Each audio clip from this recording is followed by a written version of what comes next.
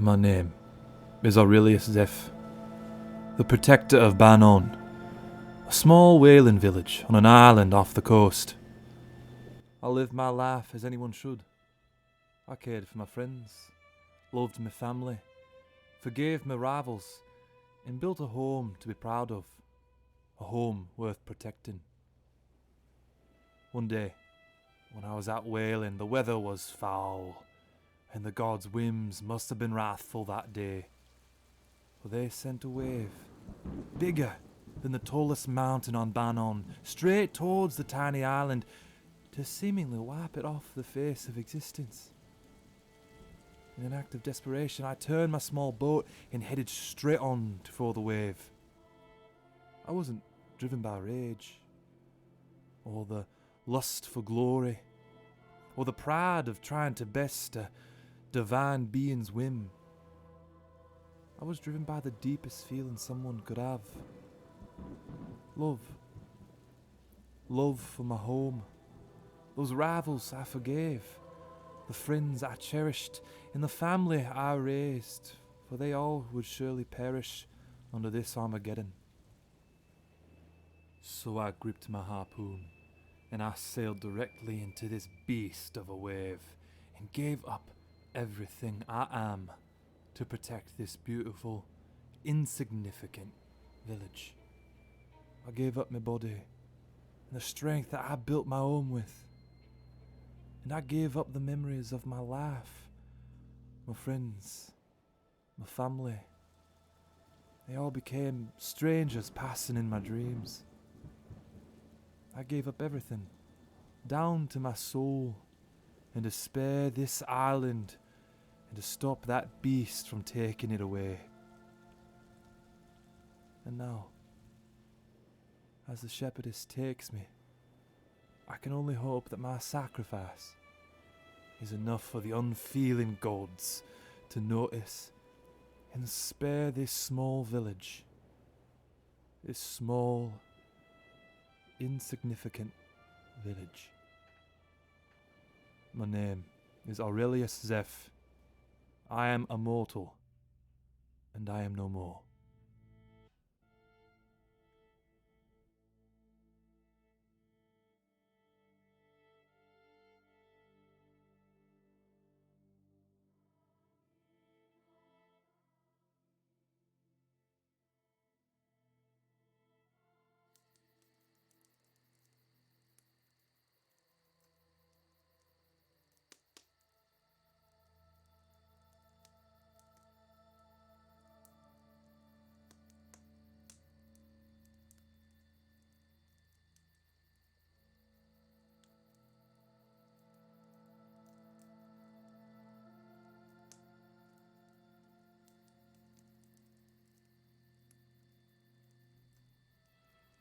The rebel child Sindar sought to control and shape the primal passion that flowed throughout the universe.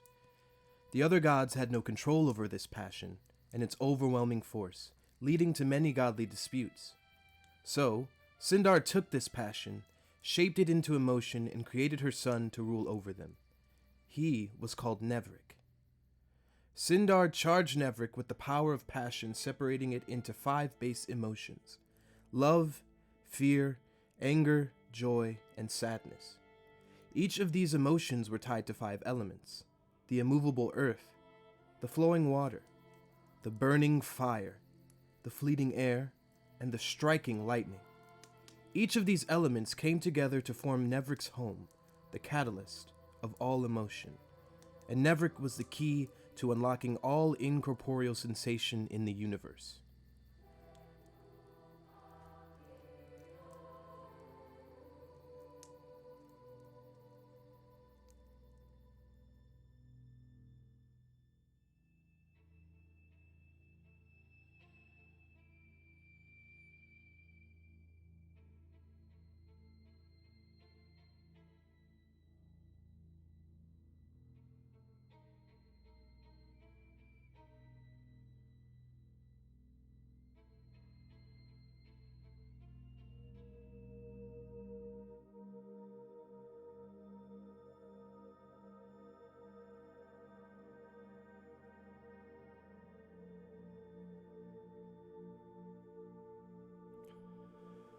And so came midnight, lost in the stars of the fallen people of his world.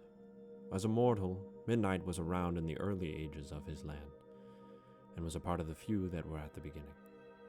Midnight's parents were the first to die, leaving Midnight in a state that would lead him to godship, the exploration of death, hoping that he could see his parents again, while also to be the god that understood what took his parents from him.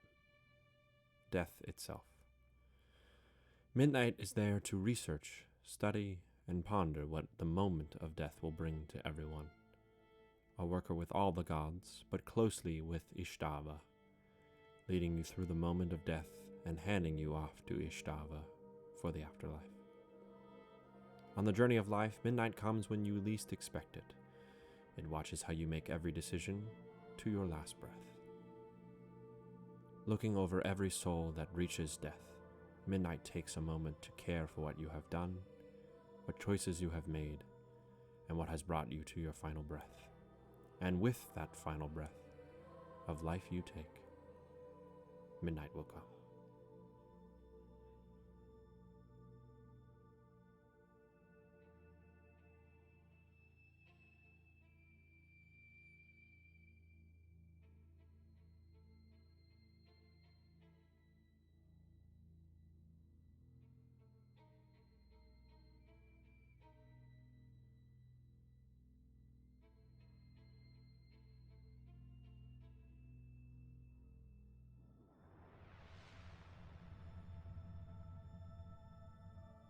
During the birth of Regolus, Uro created with it a messenger who would meet with the crucible and assist them with the maintenance of this blossoming new reality.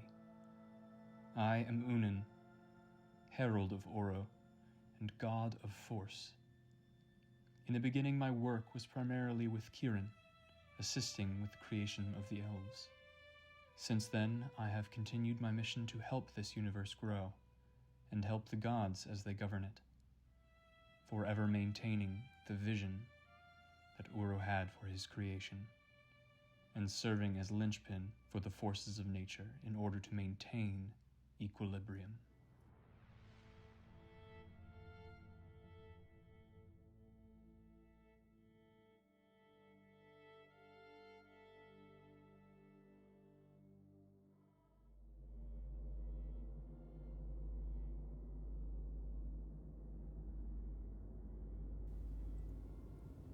Welcome. Don't be afraid. There's no reason to be. Let me start with telling you a story. Maybe that would make you more comfortable. But please, you're safe. This story is about the first person who died. So, when the first mortal perished, no place had yet to be created for the dead, except for the god sleep. This mortal came to the sepulchre of the gods alone and with no means to return to the worlds of the living. It was not a place for them. Yet, unfortunately, they were there because there was no other place for them to go. Fearing an eternity of nothingness, or worse, being discovered by a not-so-forgiving god, the mortal tore into the ether, desperate to escape. The ether tore back, filling the mortal with the vast potential that Uro gave existence. All that was before and all that would come to be, ripped through the very essence of the mortal's mind and body. But the mortal's will was strong. So strong that once soul and vessel had been consumed by the void, their will remained. From the ether, something began to stitch itself together.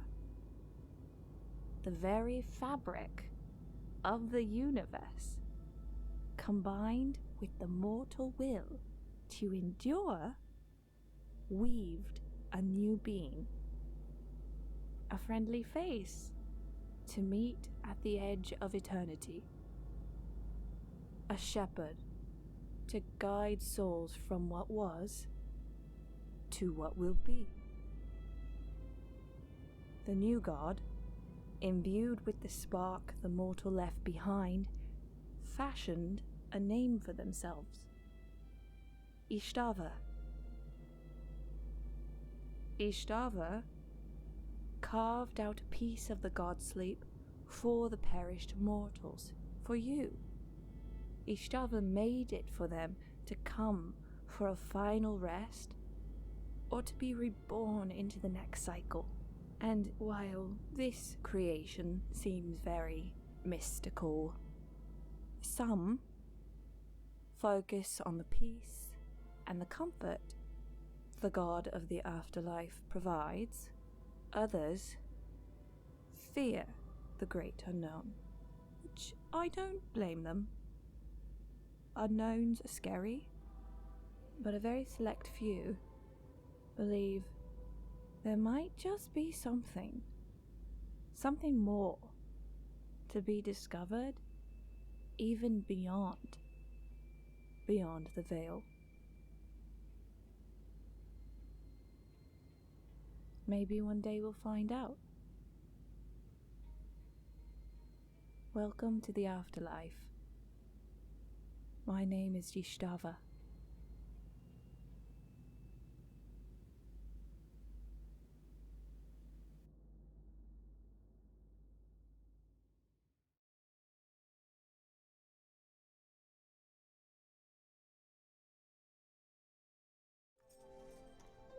Hello, hello, hello! Welcome back, friends, to the very beginning of Season 2 of Bards of New York. Thank you for bearing with us for the last few weeks while we've, engaged in the holidays. I hope all of you had some form of happy, healthy holiday. But we're back, and we're ready to roll. Thank you guys for joining us for the first session here. My adrenaline has kicked in and my brain has gone completely blank. So that's where that is. Will. Right. My name is Will. William, if you are family, and Will if you're not. Wow. Oh boy. Well then. And I will be your DM. Miss Jackson, if you're Literally, Miss literally. Jackson, if you're nasty. And yeah, so this is going to be the setup for the campaign that we are going to now formally call Regolus Genesis. And we'll get into what that all is in a moment. But just the quick regular rundown beforehand. If you haven't, jump on our Discord. There's a link on here to do that. We're chatting all week long on there. And as this campaign goes on, as I said, like last month, we're going to introduce a number of different fun ways to interact with this campaign so that you guys can be just as much a part of building this multiverse, and it will be a multiverse, that as we are. So jump on there if you haven't. If you feel so inclined, subscribe to us on Twitch as well. There's a way to do so through Amazon Prime if you want to do Jeff Bezos dirty, which I think we all do. Stick it right up his. Any other announcements? Oh yes. We have been on the wonderful end of a collaboration with a member of our community, Vic Straws, who has done some stunning character art for us, which will be revealed either at some point during the stream or shortly after the stream. But brace yourselves for that, because these new gods look slick, and that's all thanks to Vix there. Mm-hmm. And Vix is part of Top Down Tabletop, which if you haven't gone and checked out, they're amazing, very talented people, and really nice people too. Yeah, absolutely, very welcoming. As one of the earliest people that we, along with like Careful Cantrip and groups like that, made us feel welcome as part of the tabletop community on Twitch and online. So huge thanks there to all you guys. Anything else? Just a quick thank you to Polywags for our overlay. Look at Yeah. And Grazie mille. our music is by Ivan Duch. I think that's how you say his name. Mm-hmm. It's kind of like a French name, and I am not French. Am I missing anything? I think that's it. Oh, okie dokie then. Well, before we get started with a surprise that our Discord people saw a little earlier today, I have as we did before, instead of these angel cards, we've got some fantasy tarot here. So everybody think of a number between 1 and 10. That's how we're going to start this. 6. Don't say it out loud. Well, it's fine. I know what my number is, and whoever gets closest to it without going over. I changed We'll my draw. number. 1 through 10? 1 through 10. 3. 3 was in fact the number. So Nice. Couldn't pick 13. couldn't pick 13. Couldn't do it. Oh. What have we got? No. The devil? The devil. I don't know what that means. What that means, that's like basically one can take it in this context as like passion, desire, and seeking what you want. So that's what's for us in this session here. What was the one we got that killed Leonidas? Oh, the tower. Yeah, we won't talk about that. So with that in mind, I think it's just about time To roll that beautiful to bean roll footage? our beautiful, beautiful bean footage. And beautiful it is. So I get, At the beginning, there was only the void, thought birth, dark drinker, the heart of all magic. It was itself, the expanse of shifting emptiness, simply the before. Centered around this sliver, a fragment of existence itself, the void was everything and nothing, alive, dead, and dreaming all at once. Then, for seemingly no reason, and yet for every reason, something spawned from the dream of the void. It was a sentient orb of glittering light, energy, and brilliance. Uro, infinite unbound, was born, and simultaneously so too did the essence of the void fold in on itself, imploding, leaving only its dormant shell, the expanse of space itself, visible to its new creation. At the moment of its birth, Uro is said to have had every thought that would ever be had all at once. And once it thought of everything, it became bored by what it found. It decided to change everything by imprinting upon existence its own grand design. Uro channeled all the energy of the infinite nothingness and effectively divided itself in half. One half remained pure, floating, sentient energy, but multiplied in size exponentially. It began to accrue its own gravitational pull, drawing in debris and matter from the corpse of the void, beginning what would later be called a planet. Uro's second half became La, the potter, sculptor of the gods. As Uro sealed its remaining self inside the ball of energy and hardening magma, it spoke to its only daughter thus. You are La, that which shapes the formless, and from your shapes must come my legacy. With my soul, you will work wonders. And La, duty-bound, worked wonders. In the first star made in her afterbirth, she formed a fortress, her home and the home of gods to come, named the Hearth. And in the Hearth she built a great wheel, like those we spin our clay upon, but great La, upon it she spun all that is. From the heat and the flame of the Hearth itself she sculpted her sons. First came Dami Ino, hammer of the gods, and without intending to, La gave life to the cold space left in the wake of Dami Ino's creation, giving him a brother, Ystävä, the dark between stars.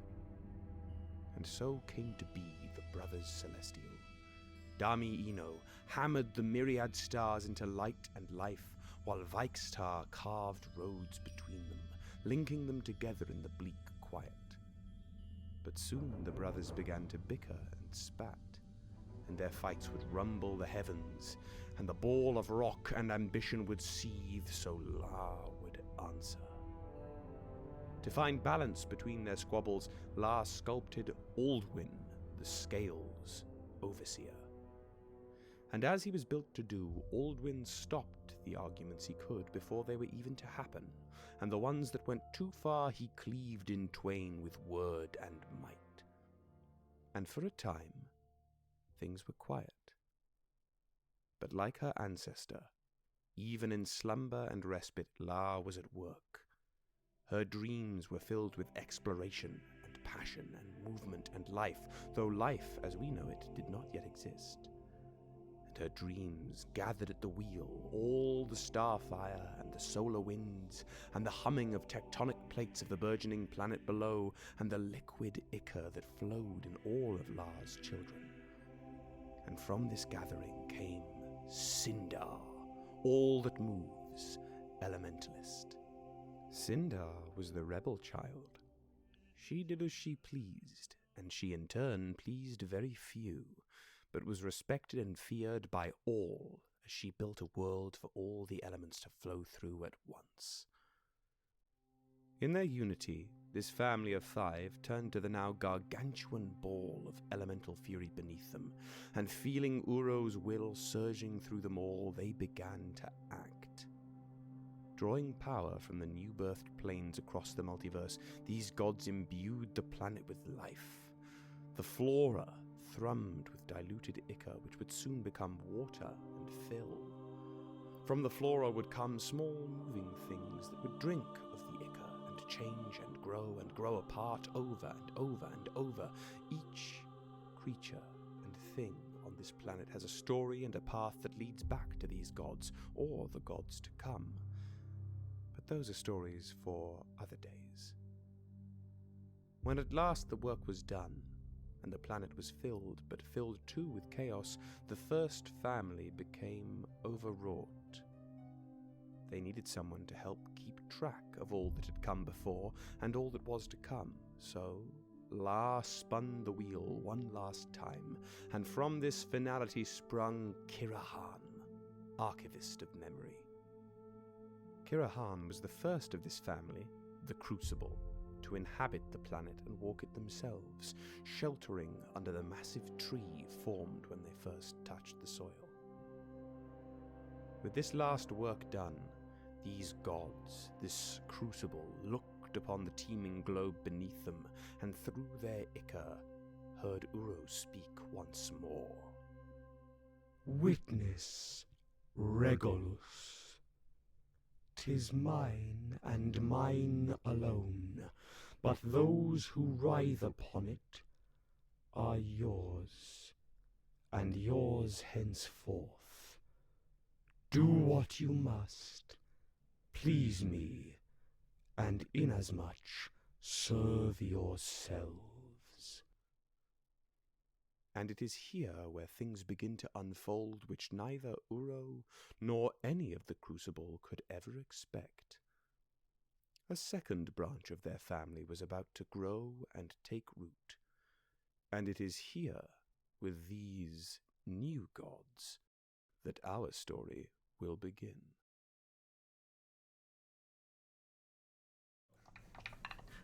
Hello. And with that, Hello. welcome Hello. back. So, before I get too carried away with what we're doing here, I just want to thank you guys, really, for that wild video. I'm still kind of shook over the work you guys put in on that, but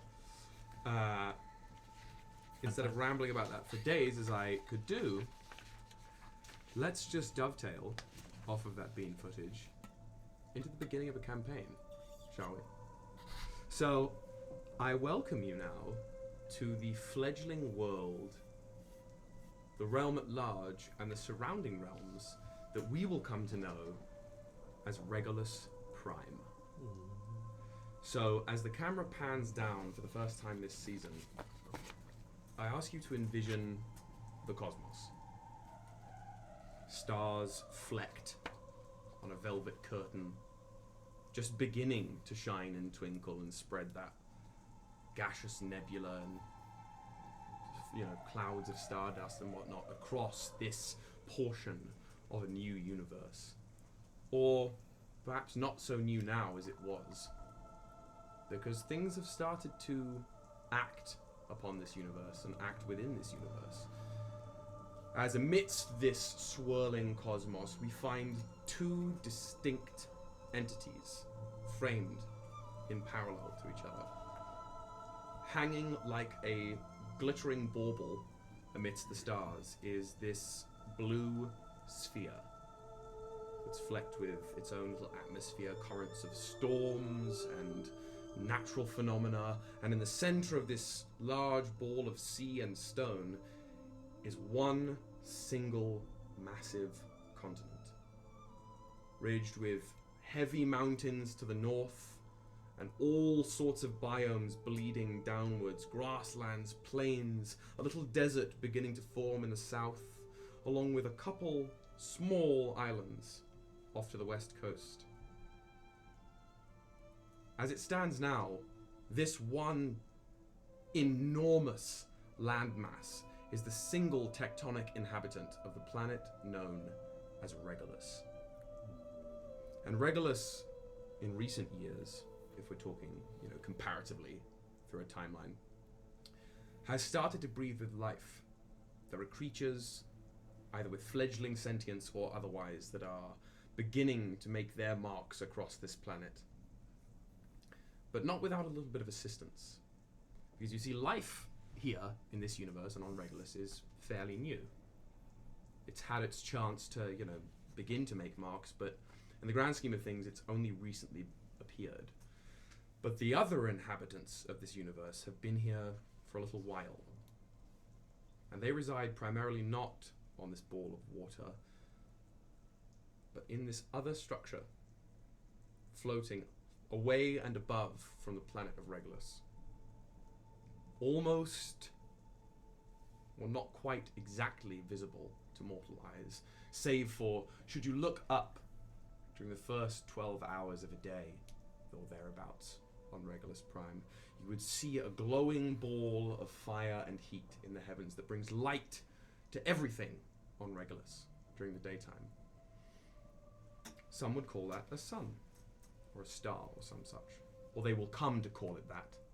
We haven't quite gotten to that stage yet. But if one was to travel all those millions of miles out from the surface of Regolus and reach that ball of light, they would find it's a bit more complex. Yeah? You just did that on camera in front of people.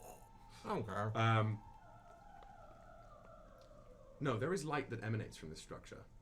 But if you were to find yourself standing across from this celestial body, what you would find is this dome of flame and starfire and heat. Almost half a sun, nestled on the top of a structure that wends downwards like an inverse cone, made up of myriad, almost fractaline structures of crystals that wend further and further down into almost this sliver-like point by the time you reach the bottom. So the whole thing tapers down from this great bulbous dome of heat down to a finite crystalline point here.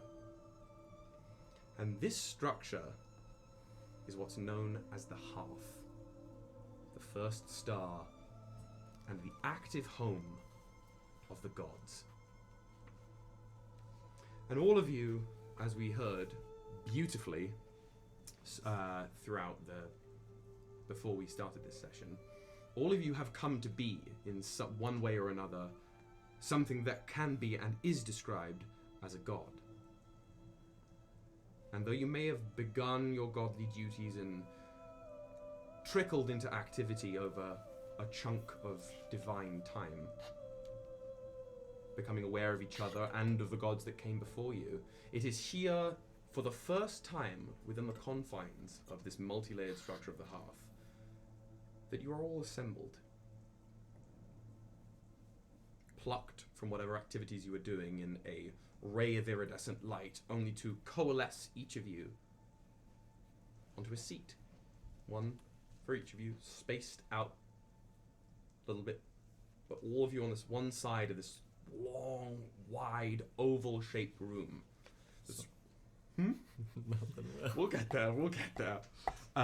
This room that you're sitting in these very austere, rounded seats made out of individual pieces of stone or marble-like substance, have their backs against the rounded wall of this entire room, which is all seemingly one pane of glass or transparent crystal or something see-through. It's almost as if there was nothing there behind you save for the fact that there is actual solid mass there.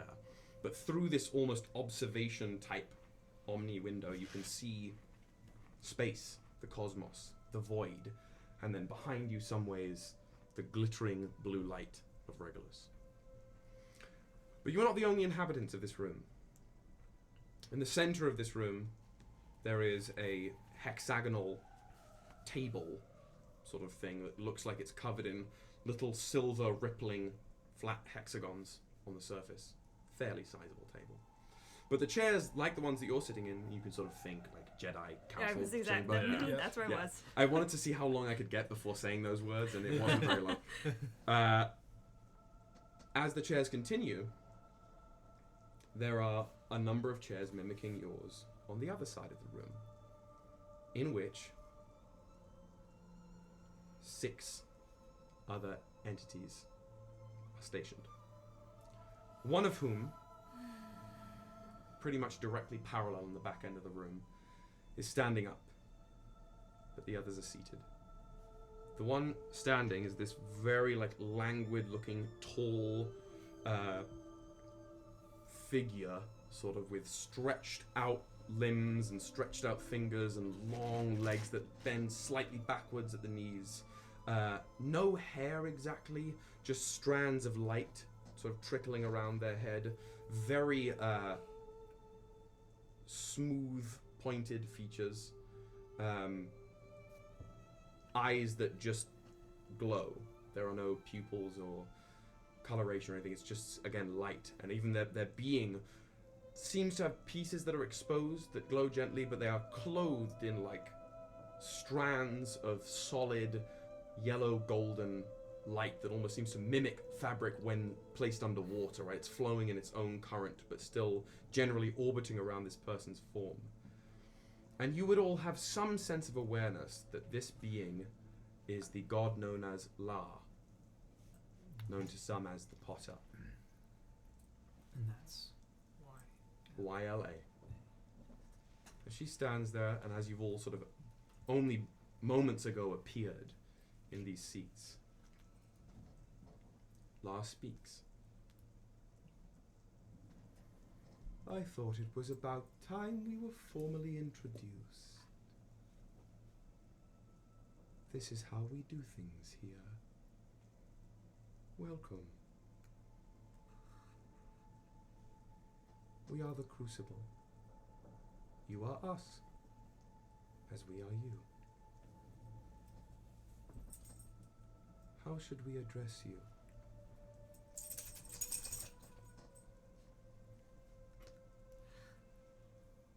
So, I guess I'll just start it off.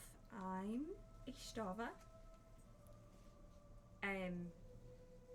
You may have seen me talking about the afterlife that I created for, the mortals that die. But I'm excited to be here. Everyone's faces feel very solemn. Thank you. No need. There's one, what would it be? Two seats to the left of La is an individual who looks almost more earthly than not. Again, quite lanky, with this sort of olive, almost slightly jaundicey green looking skin, sharp pointed ears, and a knot of basically matted dreadlocks tied into some sort of messy bundle back here, and clothed in random strips of leather and almost like a half cloak made of semi-leaves, semi-feathers. They look like they just draped themselves sort of in the woods themselves, save for their gauntlets and where they would wear braces on the legs, which seem to be wrapped in shifting pieces of paper. And this is actually an entity that you would already know to an extent. And you would know them as Kirahan. I was wondering if I would be. Which side am I on? Right now, you would have been summoned to that side. Okay. For now. But the individual known as Kirahan sort of leans on their haunches, on their chair, and looks at you, Ystävä. That was you, the afterlife. The space, yeah? Yeah. Did you like it? Don't know yet, but I'm certainly intrigued. Okay. Certainly intrigued. Come by sometime. Guess I'll have to. Guess I'll have to. The two on the other side of Lars are watching you all, but sort of more engrossed in their own little like whispered conversation. Thank you, Archivist. We know you, do we not? Yes, I assume you know me. I am Oonan. I believe I've met all of you, at least once. So it would seem. It was befitting you were spoken to in a similar manner, to level the time we find ourselves in. What is it you govern, Oonan?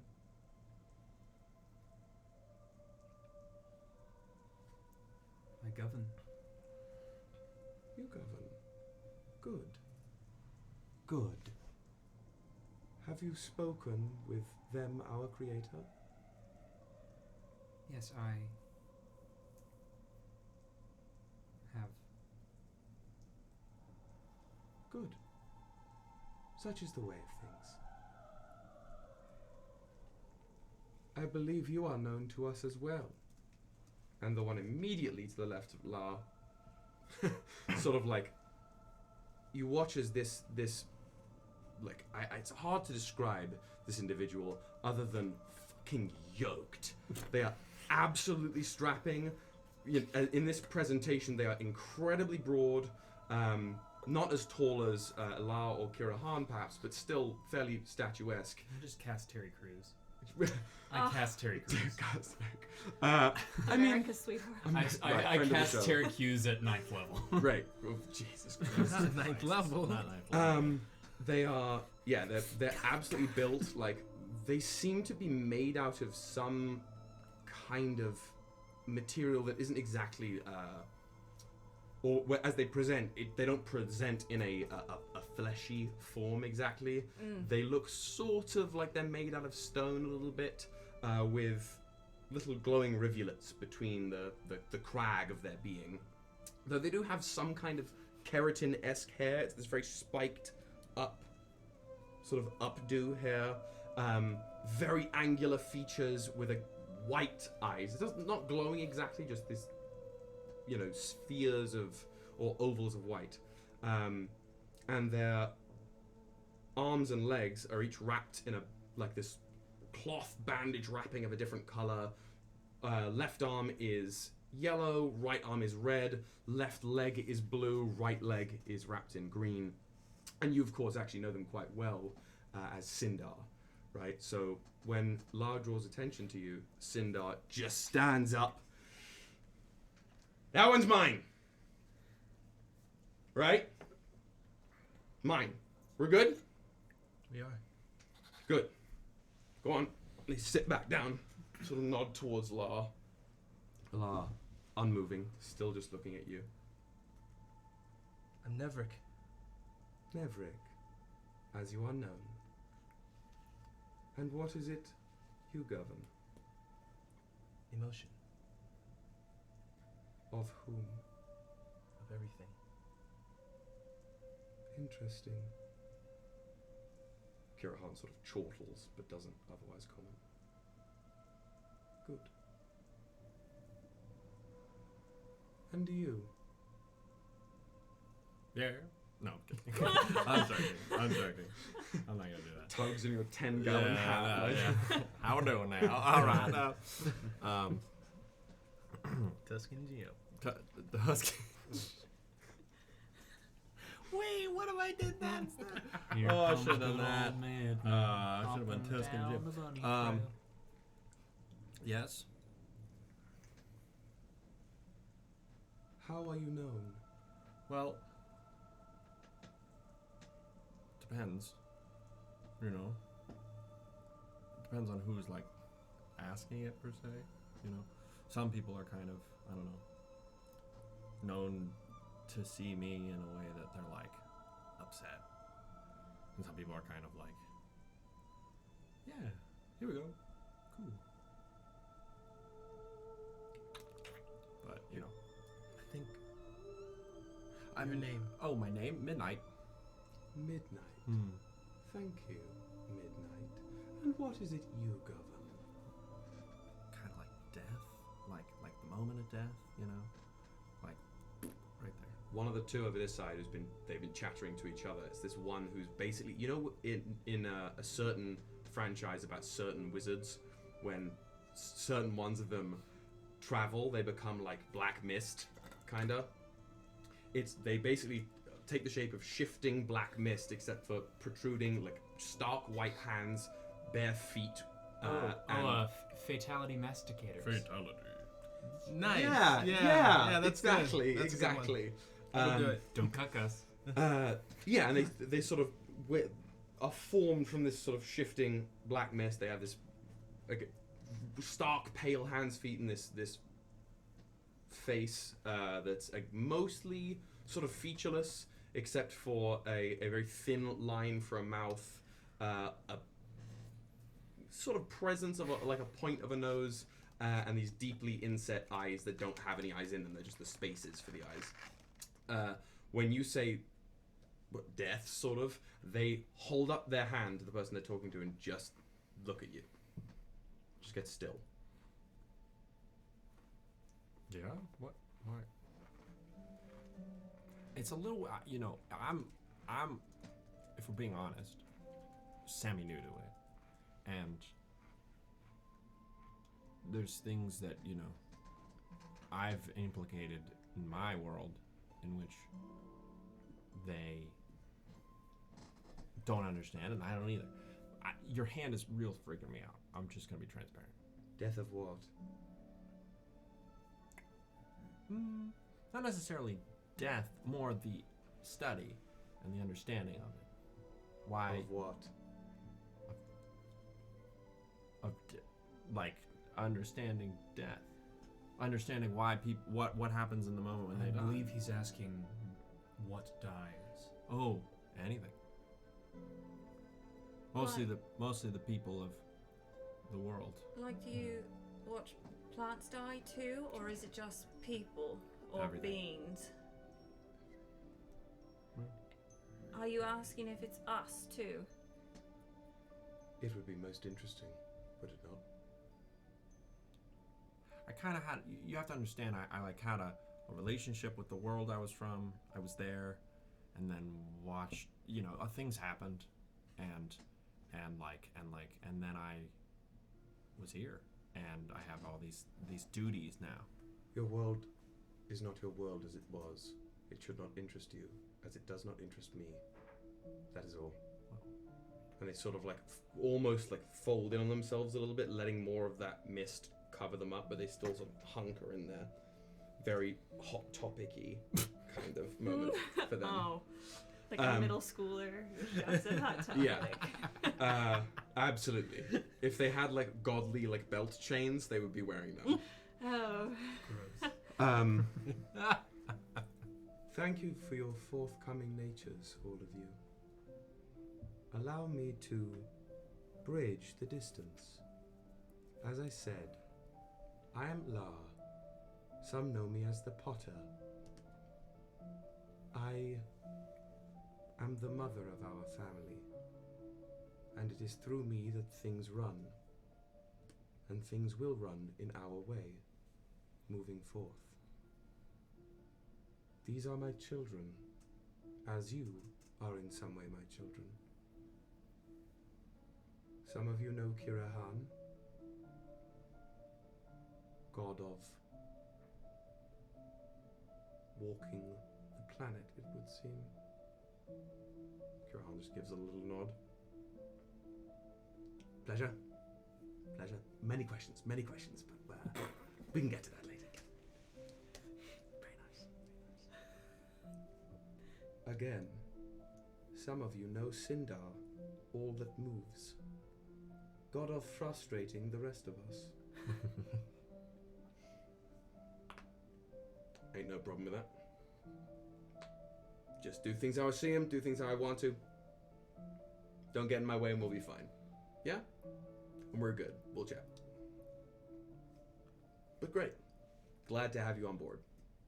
Oh god, I hate hearing you speak in that American That accent. accent fucking ready. That accent is. It's just like, it sounds almost normal, and then it's the R's then that it's get just me. I'm just like, Dad? That's not my friend. No. Will. Yeah? Would Midnight recognize any? Because it seems like they have. Would Midnight recognize any of them? I think you would recognize Ishtava more than not. Okay.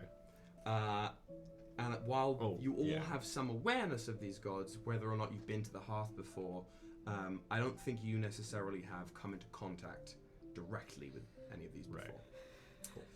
Right. Cool cats. Large gestures to the right.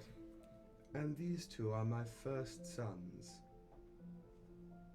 They are brothers, you see, annoying and inseparable as they are born to be. Speak, children. The one immediately to the right of her, who sort of looks like they are... It's hard to... Armor, as we know it, like plate mail doesn't quite exist yet, but they have wrapped themselves in like rivulets and sheets of hard light. Doesn't quite glow as brightly and as effusely as La does, but there are these plates, these glowing, semi-transparent golden plates that seem to cover the most of their form in a shape that is mostly recognizable as almost like energy plate mail surrounding their body.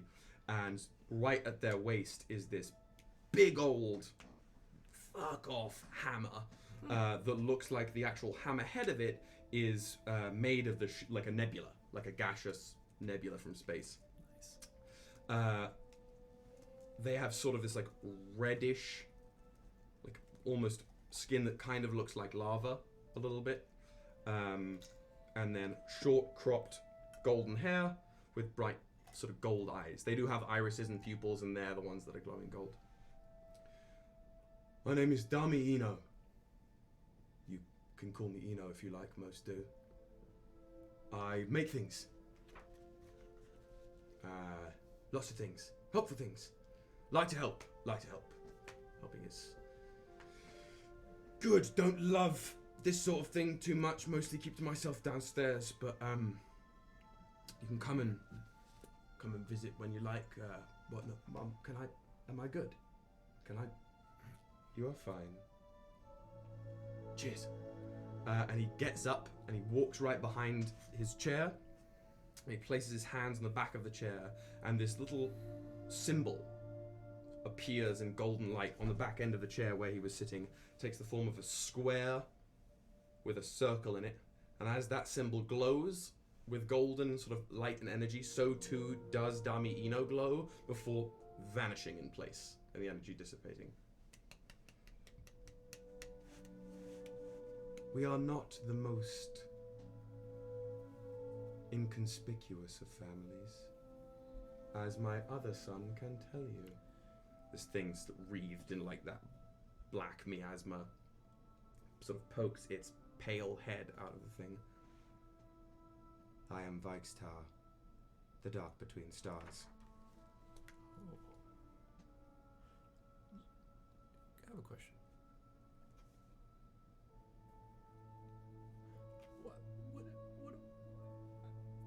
Why are we here? Like, you seem, I pointed at Uno. Eno's, it's gone. Oh, not Eno. No, the mom. La.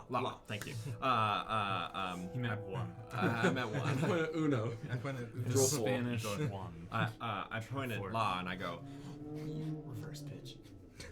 I point at La and I go, you seem in charge to an extent. And it seems like you've brought us here for a reason. Indeed. I just feel like I got a lot. I think I have a lot to do. I don't want to You push do. things. I don't want to push things, but like, You had a life before. sure. I kind of miss that a smoosh. Indeed. You know? Things are going to be different for you now. Yeah, I don't like that. It is not a choice you have. It is not one you made then, and it is not one that you have for you now. We did not have this choice, but it is who we are, and who you are. And you ask the right question, perhaps. I have brought you here perhaps to guide you for one moment. Though not all of my children accept guidance, I give it freely. Whether you asked for it or not, you have found yourselves as a branch of this family, and not one that I set out to craft. This frightens me, but it intrigues me. Control is not something I am familiar with giving up. But we are all learning, though you have much to learn quickly. We have called ourselves gods. This is the word given to us by the one who made me, and transitively made you. We bear a certain weight to do things. To us, as I give guidance to you, the weight falls to you to guide what lies beneath us and apart from us. She gestures behind you to the observation windows, to that glittering blue dot not too far away. That is our responsibility, though each of us, yourselves included, have tasks, some of which you may feel drawn to without knowing why. And there is no need to know. But they are tasks that you must accomplish to some degree. Responsibilities that part of you will do and acquiesce to without even being conscious of it. But I have brought you here in your conscious forms to welcome you to a home, should you wish to make use of it. You all have domains, homes, domiciles, thrones to yourselves, now as gods, but this hearth was the first, and I open it freely to all my children. You will find it has many layers, rings, some of my children have called them, where you may access many things to guide you on your journey as gods. She drifts forward. You notice that she does not move her legs, she just shifts. I wouldn't even say it's necessarily floating or flying. She just the space between where she was standing in front of her chair and now standing directly in front of this hexagonal table sort of just bends and she crosses the space. That's cool as fuck. It's in this sort of shifting that Ystävä almost ripples into himself or themselves, and that gaseous cloud buckles inwards and they vanish. To which Sindar sort of clucks their teeth but slumps further into their chair. Kirahan is just now at this point, not saying anything but fully just watching you guys, watching La just perched on the chair.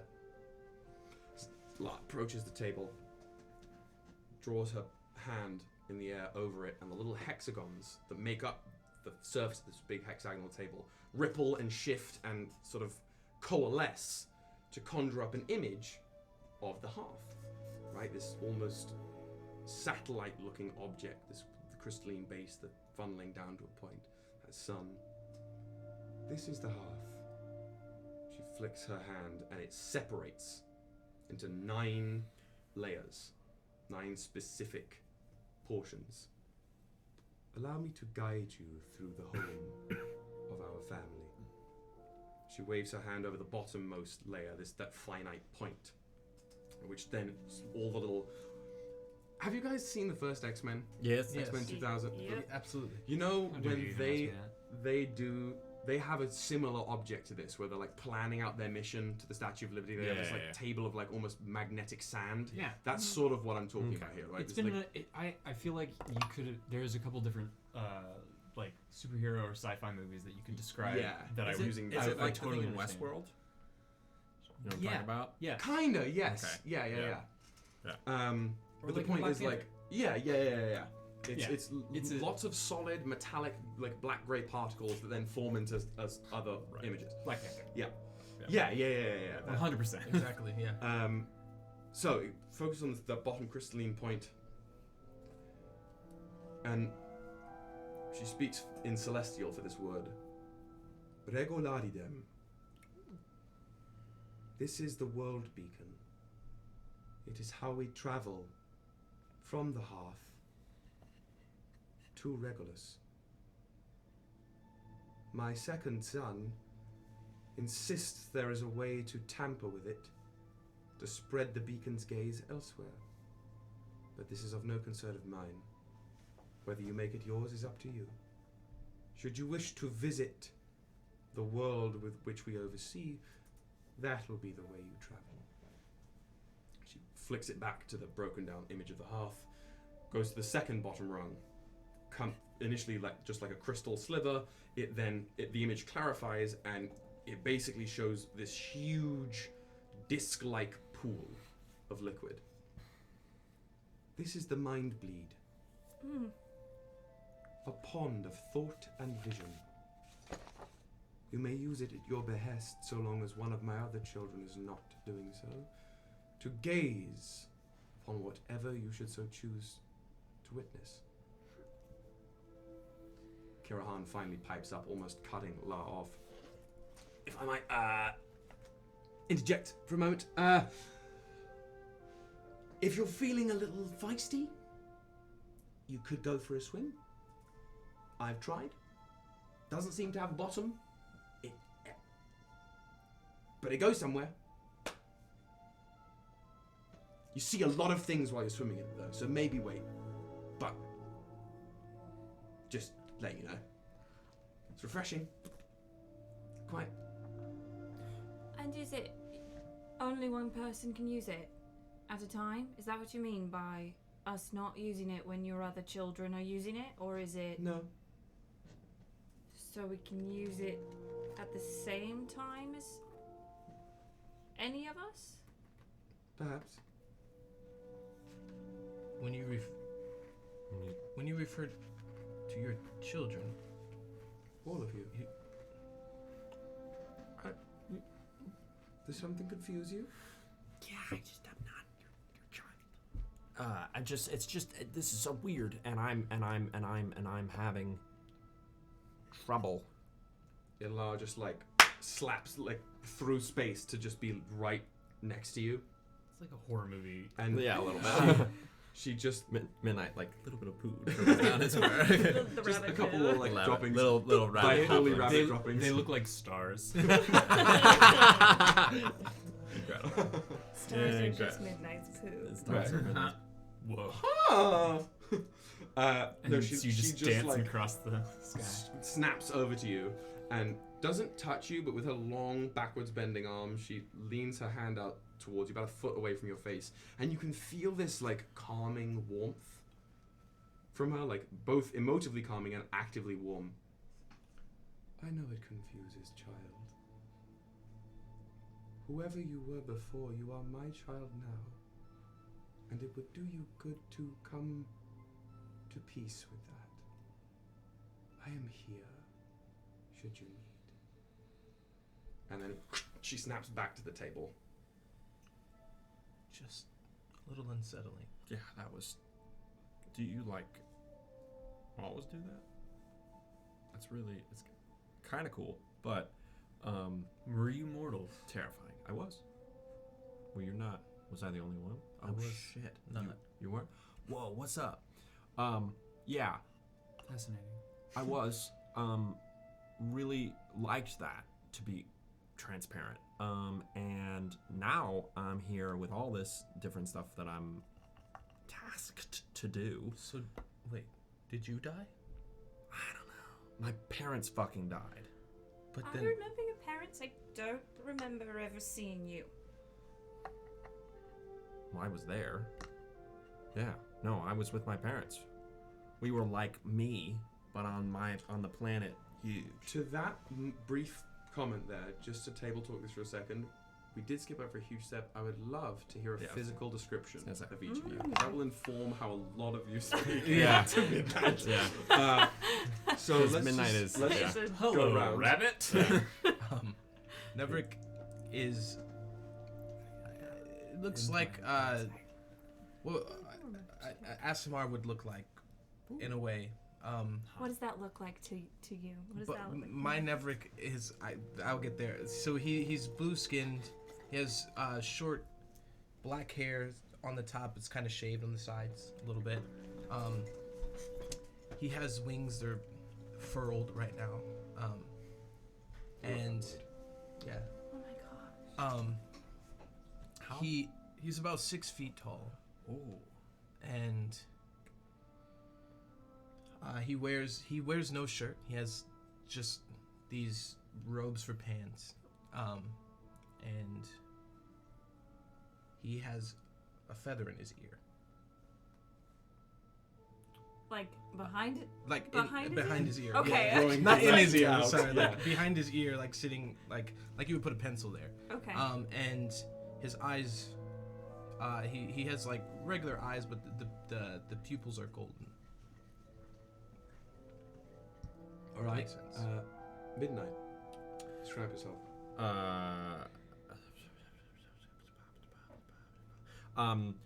Midnight is a harrigan, or for those of you that don't know, a rabbit folk. And he's about 5'2". And 5 to what? I imagined like a 7 foot tall bunny in no, my head. he's a tiny. Well, so Like, here's the thing. On Earth, 5'2" is Yeah. not a tiny bunny.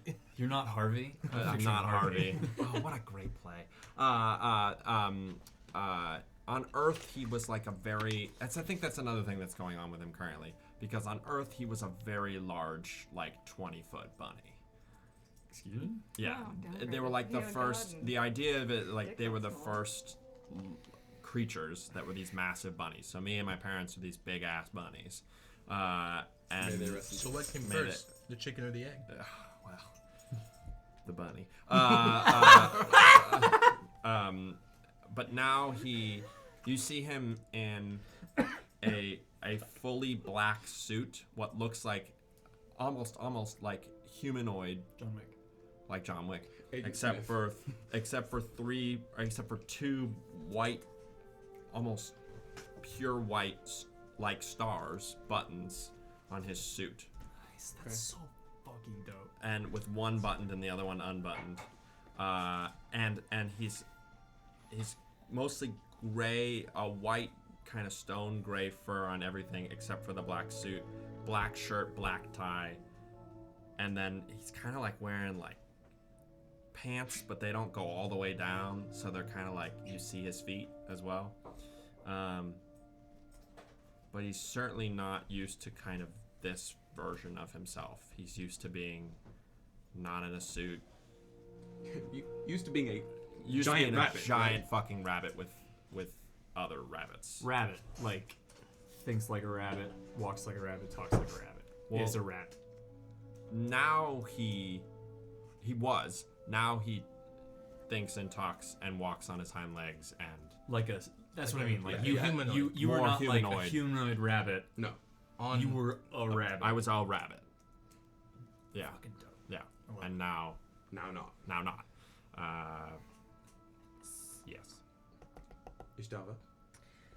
Ishtava has this cloak about them, and Ishtava is any pronoun, all genders, because Ishtava appears to people. You greet death as an old friend, so you will. Whoever is looking at Ishtava will see a different manifestation of that, depending on what is the most comforting to them. Even us. Yes, even you. However, like, if you were to, like, see glimpses under the hood of the cloak, it would look... In my head, it's kind of what the god sleep, or, like, space manifests itself into a person. So, skin is darker, and there are, like, freckles that look like stars, and the hair is, like... varying lengths every time you look at it, but it's very galaxy purple red, like those are the glimpses that you can get under the hood. If Ystävä was to take off the hood, it would be whatever person is most comforting to who is looking at them. Which would be interesting That's to see, cool as like, fuck. what that is for each of for us. all of you. Yeah. Especially since few people are what most of us know. Mhm. Yeah, that's awesome. But the cloak is starry, but then it can also just kind of look like a rough spun like tunic, and then Ishtava also has a shepherd's crook to lead into the the aesthetic. And then Ünen. Ünen is a humanoid figure. He, in a similar sense, is kind of made up somewhat of moving energy, and that can sometimes look like stars and galaxies, but only when he moves. Like when you watched him come in, like he kind of shifts and glides in, form a little not solid, and then as he has been in one place, slowly everything starts to solidify into a humanoid male.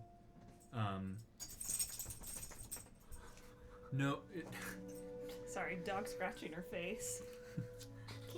Not wearing clothing per se, but not like Naked? Not naked. Nice. A little bit in between. And what is naked? And the longer he stays in one place, the less light comes out, and the more just kind of like deep and dark and almost like a complete absence of light just comes from him. But you can see a face. It is neutral. It is attentive. Is she like a humanoid black hole? The size of the two of you? He is bald. What? The size of the two of you. How big? How big? Medium. Like foot-wise, do you know? It depends on who what you see this person as. What about you? I'm a regular sized. Okay. Humanoid. Like his medium. size, roughly. I'm a medium humanoid. Okay. In the current moment. Helpful. Okay. Why? Gods equals super There's fucking a- liminal, and yeah. nothing is Yeah. set in stone at any Because point. I'm just trying to. Oh, Midnight is shorter than all of you, but not used to that in any way, and so I'm feeling a little like God, I was 20 feet. My dick's small, and now I'm a fucking tiny ass rabbit. You could be a small rabbit with a big dick.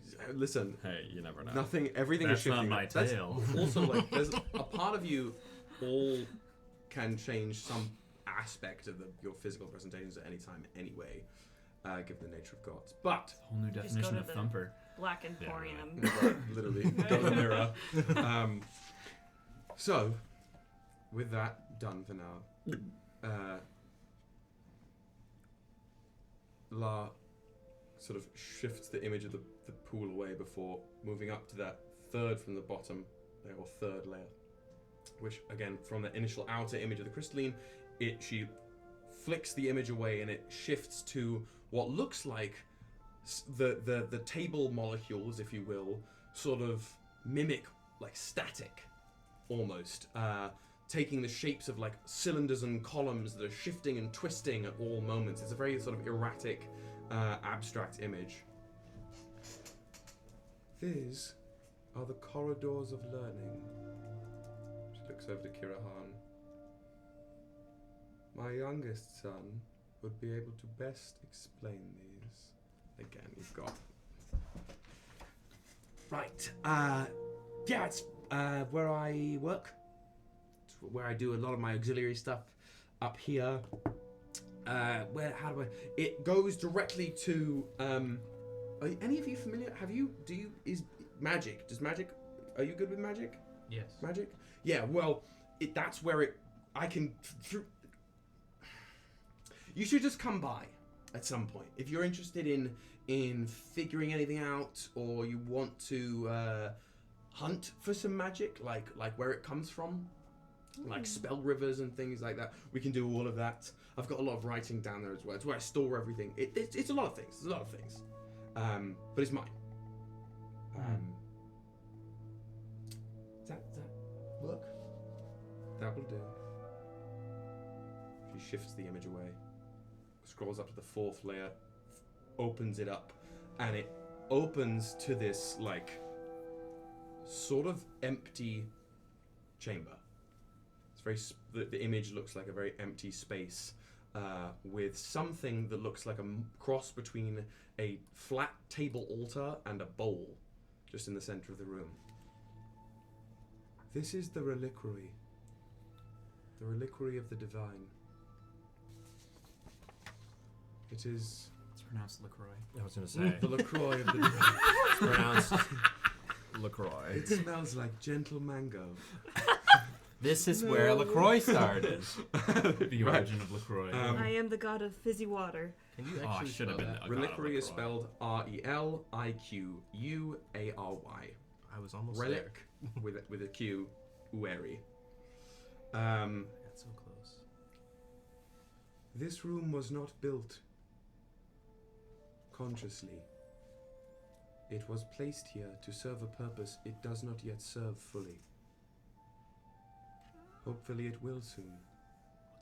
Do you know What's The the purpose? purpose? It is to receive worship and praise, prayer and offerings.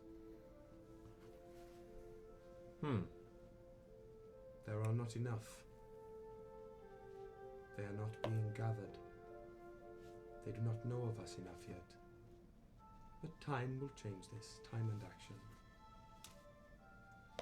She stares at the image on the table for a little before shifting it away, moving up to the 5th layer and sort of again enlarging it, where another room, much like this one, like a rounded oval room with a slightly domed ceiling, looks almost, even though there's no color in this image, it looks something like a cave, and there are a bunch of different doorways depicted, like open doorways that seem like gated off by swirling mass as opposed to actual doors.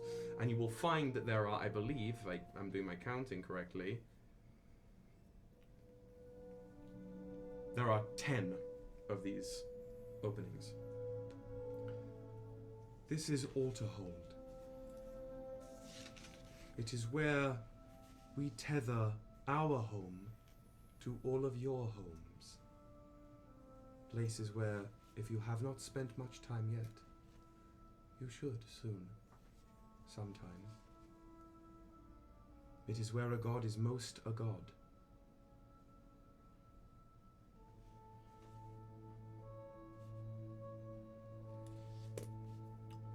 She swipes that away.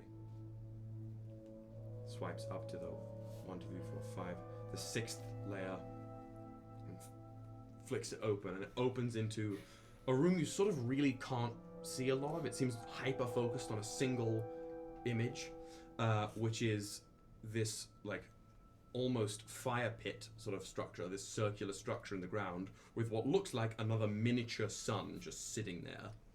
And you can see actively the individual that you just met, Dami Ino, with that huge cosmic hammer smashing away at the sun. You're watching him do this in this sort of monochromatic molecular image. This is the Sun Forge. It is where my oldest child works and labors, where we craft what we need to do our great works, where the ether that comprises everything that is can be honed and shaped as we need it. It is a good place, a warm place. She wipes it away. Goes up to the 7th room, and as she goes up to the 7th room and zooms in, you watch Sindar just sort of lean forward with her huge forearms on her legs and just like grin. As it zooms in, you get to this what looks like a huge, just square empty room, or cubic empty room, lined with hexagons. It basically looks like the hexagonal materials of this table didn't really do anything but formed a cube that you can see into. The Chamber of the Fates. It serves many purposes. Whatever we should serve. I like to sorry, let me get the accent back. I like to fight in it. I like to make things out of it and fight in it. You can do a lot of things in there. But if you wanna, let loose, cut loose without certain people telling you no, you can cut loose in there. You wanna test something, you wanna try something, Chamber of the Fates. Do you fight in there? Hell yeah. Can I fight you in there? I don't think you want to do that. She stands up. Ooh. Didn't think today was going to be a good day, Mom. Didn't think today was going to be a good day, but it's turning into a good day. Think we can do something about that. Sweet. Midnight. And as she stretches her arms, you hear this sound like a small avalanche, like a mudslide as the stone parts of it crack and crumble. Thanks, Mom. I'm gonna train. And she swings around the back of her seat, puts one elbow on the back end of her chair, and this symbol, much like Dami Ino's, appears on the backrest of the chair. This bowl, this upside down crescent moon with a little dot in the middle of it, glows this sort of iridescent color, and she's consumed by the iridescent light and disappears. So, You will excuse my daughter. She frustrates me greatly, you know. So you do get irritated. I was wondering. Do you not? I mean, yes. Then there is your answer. The Chamber of the Fates. Enough. She swipes it away. Then she swipes up to the second to the top, and when she opens it, it opens up into an image that mimics this exact room. You can see yourselves in it moving as you move. The only being that is not visible there that you can see is La. She's not depicted. Yikes. This is Starkeep. That's scary. Fuck yes, that's a cool name. It is where we meet, converse, discuss, and plan. Decisions are made in the keep. Troubles are waylaid. Equal ground. And she swipes it away and lets the table go dormant. And the upper layer is mine. The blind cartographer. You will only enter it if you enter it with me, for there resides the wheel and the gate to the cosmos. Dangerous for young gods, but not for what you will become. And this is the home that I have made, a home I share with my children, and a home you are all welcome in. I lay this bare for you because it is up to you what you do with this home. I may be your mother, but I will not make decisions for other gods. I will not step into the territory that you all command.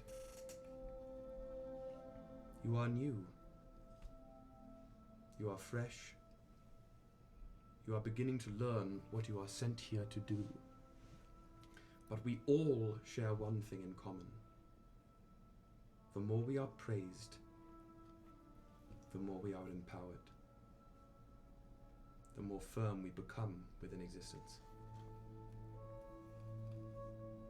How you achieve that end is only for you to decide.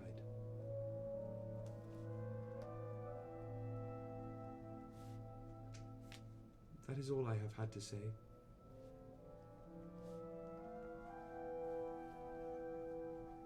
If you have questions, you may ask them.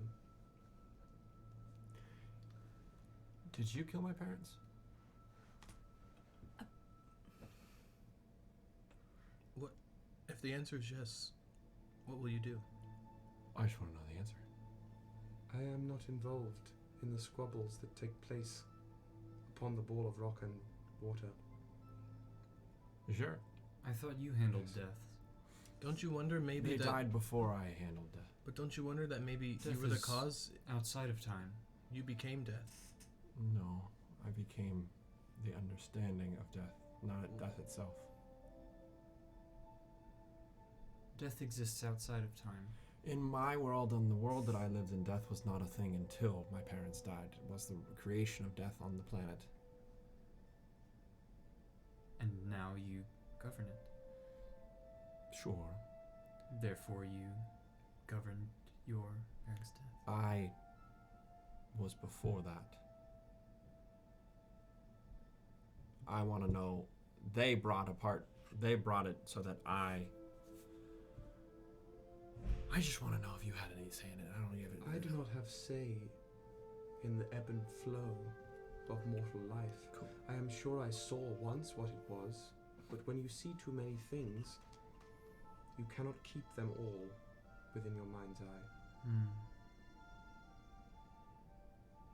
I am sorry, child. Cool. Thank you. Indeed. Do you ask anything else of your mother? Not right now, but if we do have questions, can we just come find you, or is there a hotline, a phone number? Come to this room and lay your hand upon this table, and merely think of me. Thank you. Of course, my child. Are you my mother?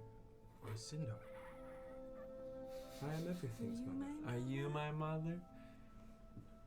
If you are asking whether or not Sindar asked me to create you, the answer is no.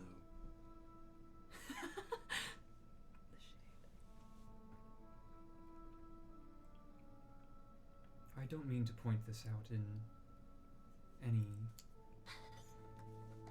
negative way, just more for clerical. You are not my mother.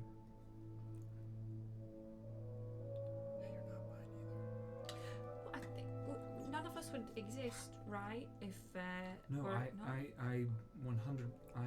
believe that you are theirs in the same way that you are saying. I will take my leave at this time. Okay. I have many things to see and much to do. That will be all, my children. Thanks, Mum. And she smiles in a way that, like, the thing that is her kind of mouth, the little cloud layer that forms her jawline, sort of like you can sense it more than you can see it. You know what I mean? Mm-hmm. That's sort of how her entire communication has been. It's more in like a linking of feeling than it is of a display. I don't want to blow anyone's fucking mind here, but could I roll an insight check as the first roll of this campaign? You certainly. May I roll an insight check to see Mommy her Dearest? reaction to when I said that? Yeah. Absolutely. What's inside? Oh, how do you play the game? How do you play the game? Welcome Thank back, you everyone folks. for the subscriptions. Not 20? No! Fucking 20! Wow. Wow. Plus 4. You can see plus 4 for 24. Yeah. You want my insight proficiency? It's plus 10. You. Yeah, mine's 11. Lara's fairly inscrutable, as I said. She doesn't display a lot, but you just get, there is an awareness that you can feel from her that that comment, more than just is off-putting. That there was something that upset her about that comment. There is a distinct sense of discordance that you can feel from her. Not necessarily directed towards you, but for whatever reason.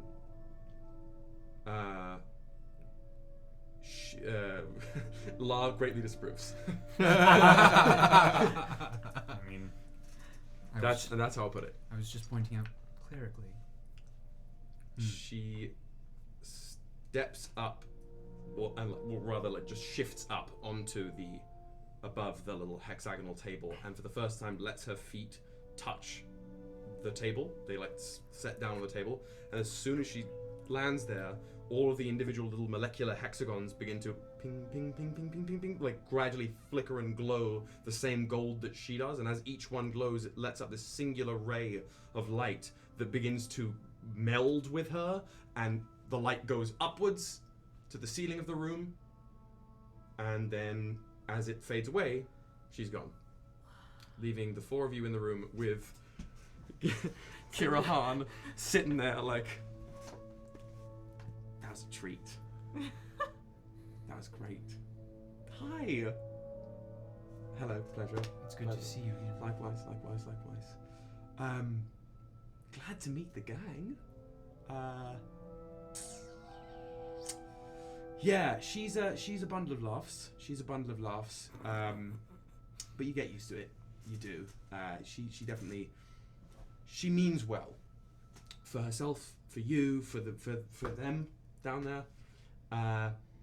And that's really what I wanted to say is that if you guys feel inclined at any point now, later, whenever to head down there, please. I mean, you know this, but just come check in with me, whether I'm up here or down there first. I'd love to give you the lay of the land of the way things are, the way things are cooking down there.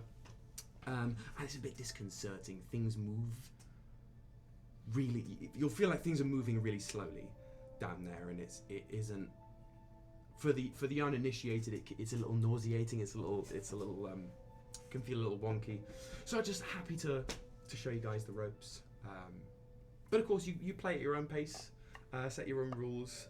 I'm just happy to watch, really. But yeah, absolutely. Let me know if you're gonna head down there, especially if I'm working on a project. We've been toying with a new kind of. New way of living down there, and it's looking okay. It's looking like it's gonna maybe take hold. It should be very useful. Yeah. I think in the long run, especially for what Mother Dearest was talking about, if you can get people to live a really long time on their own, and thank you for it, then you're in the money. She created you? Yes. Okay, so you didn't have a say in anything. What do you mean? Meaning that she created you, and that you then came here, and then she was like in charge of you. Well, we're all in charge of ourselves, really. But like, when you were born on the down there, sure, you didn't have a choice. Sure. Yeah, that's not. I'm not saying. You know, your parents were your parents, right? If you spend some time down on Regolus, does this confuse you? I think I don't understand what he's trying to get at. If you spend some time down there, you'll notice there are these things where bodies of water, they flow in small little like lanes. Oh, I know. Right? Yeah, rivers, right? And if you follow a river back the direction it's coming from, they start at a big pool of something, usually way high up. Sure. She's the big pool. And whether you were a drop of rain that fell in the river, she's the. It's all coming from that way. It's all one thing, yeah. It came from that, and even though it all will go back to it. And don't worry about it. Like, she does what La does, and you do what you do. And I do what I do, and Sindar does what Sindar does, right? So don't stress, but also, Sorry. Do what you. I don't know. I'm not even gonna tell you that you should or shouldn't do something because where's the fun in that? Right. Right. Mm-hmm. And it's not like she sets like rules either. Okay. Well, you can always play with them, right? Anyway, that's my bit. That's my piece. I'm just jazzed, really. Just ready to rock. Also, how do I get to the room with your sister? What? You want to fight my mom? Yeah. That's my plan. You're not gonna... So, case in point. And he stands up and he goes back to stand behind his chair. All these little seats here, they are your seats. And you'll know when you touch one of the seats that isn't yours, your symbol doesn't appear. But when you touch your seat, your symbol will. And when you touch your seat, you can think of wherever it is on the hearth that you want to go. Oh, sweet. And you go there. Midnight goes over to her seat, thinks about that place, and goes. So you... like, oh, sweet. You stand up, you go around, you guys just watch Midnight put the rabbit paw, carrot in tow, on the chair, and as you think that place, the symbol of the bunny, right? That's your symbol, right? Absolutely. Yeah. This, like, sedentary rabbit appears in like basically like glittering black light. This like black glowing line art of a rabbit appears on the back of this chair, and that black light sort of glows brighter, if that's possible, subsumes Midnight. At midnight, disappears. Oh.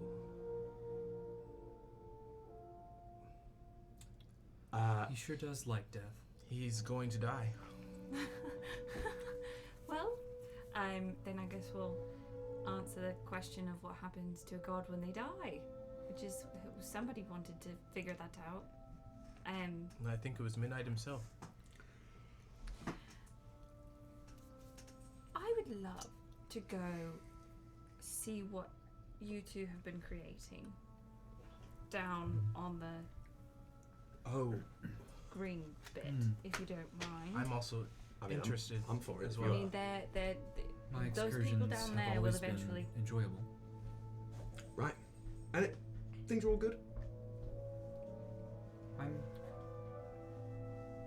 feel as though I've upset your mother. No, she, hard to explain. I don't really get it myself. I'm other than you guys, I'm the newest here. So, seems like she interpreted the creator's will a very specific way. And she's very set in that specific set of ideals, I think. And even a god has challenges, right? Right. That's my take on the case. But if you want to go visit, Hearth of God, that'd be a treat, a proper treat. I think that maybe we should take Midnight with us, just because I handle people and things when they die after, but he handles things as they're dying, and I feel like he should be there as well. Sure. How we all feel about that. He's kind of like my partner in work in this. Right, in the end of things. Yeah. Yeah. Well, if you like, I mean, we can go down there and watch. That sounds fun. That sounds very entertaining. Sorted. Well, again, head back behind your chairs, think of the Chamber of Fates, and we'll be off. Okay. He sets up behind, puts his hand on the thing. It's a portkey. Literally. Diagonally! Diagonally! Diagonally! Diagonal alley. What's he say? Did he say diagonally? Did I say diagonally? I think he said. So he. I think he said diagonally. He puts his hands on the thing, and it's the first symbol that you've seen of theirs that isn't like a geometric thing. It's a tree, but as the tree reaches the canopy, it sort of bends around. So there's this gap in the tree that then forms a canopy up here, and in the gap is that same dot, that little circle. But are you all going? Are you all transporting yourselves? So you get that 5-pointed star symbol coming up. What is the now exactitude of your symbol? It looks like the character art, yeah? Yes? I mean, is it the same thing as the character art or something different? Up to you. I call the new band name Now Exactitude. It's the symbol is a phoenix. That's a great.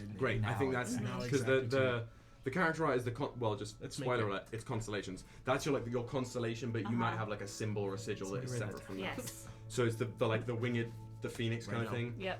And then if I'm not crazy, so we've got the star comes up. The phoenix glitters in that sort of nebulous crimson, and then the jet black owl appears as well. That light glows, subsumes all of you, and as almost you feel like your awareness expands even further, as this physical consciousness dissipates, and you become, for a moment as you're transporting, linked not just to your own wider godly consciousnesses of the pieces of yourselves that are doing your godly duties elsewhere. You know, things are entering the afterlife, and there is a portion of you that is dealing with that.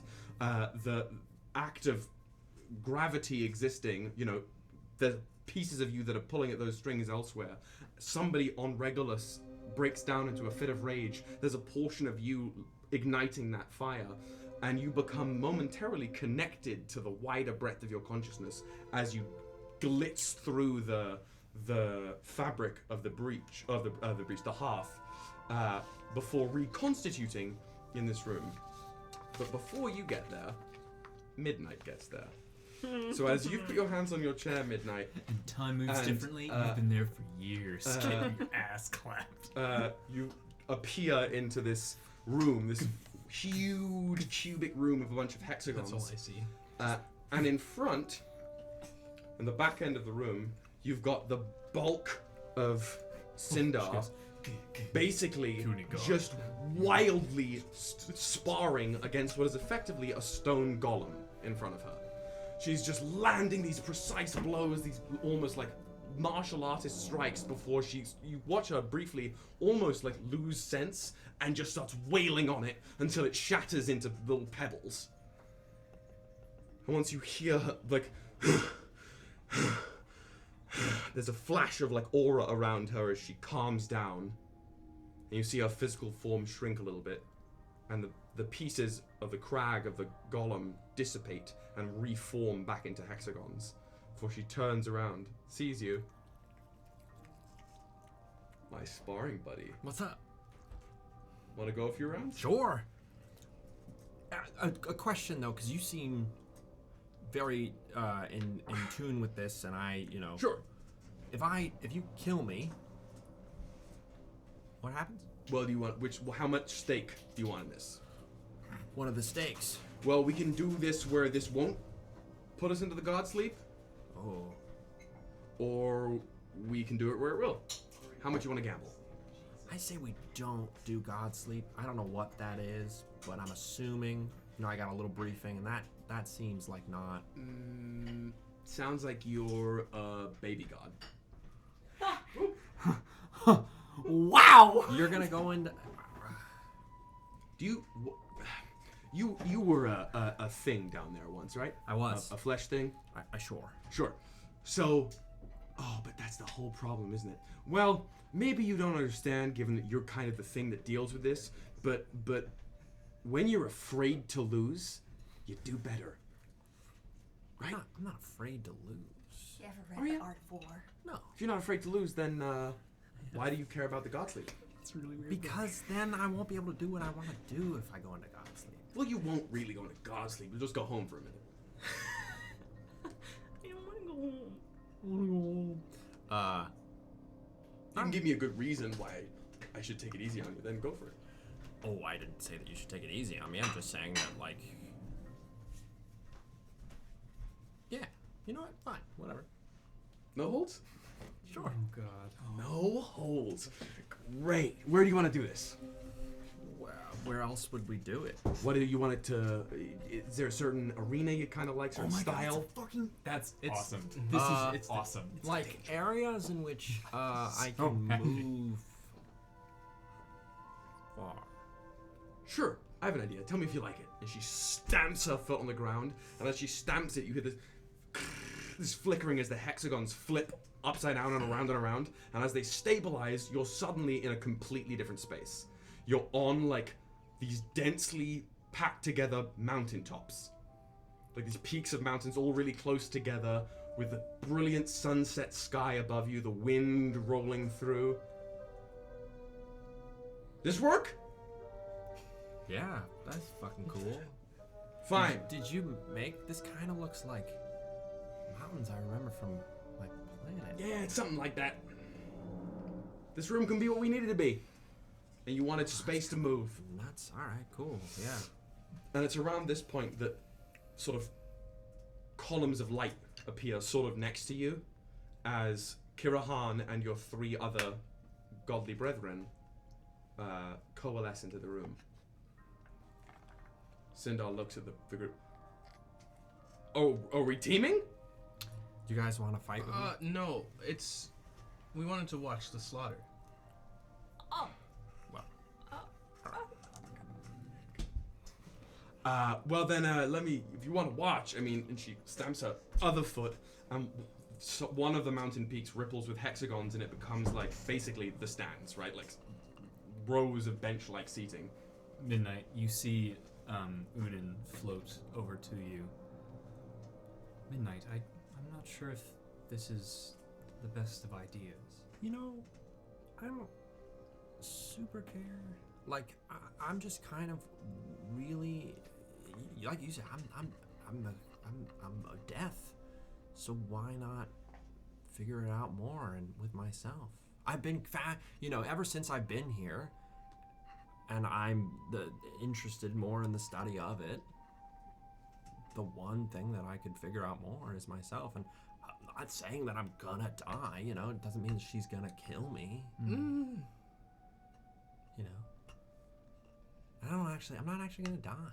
Fascinating. I know, it's great. Cool.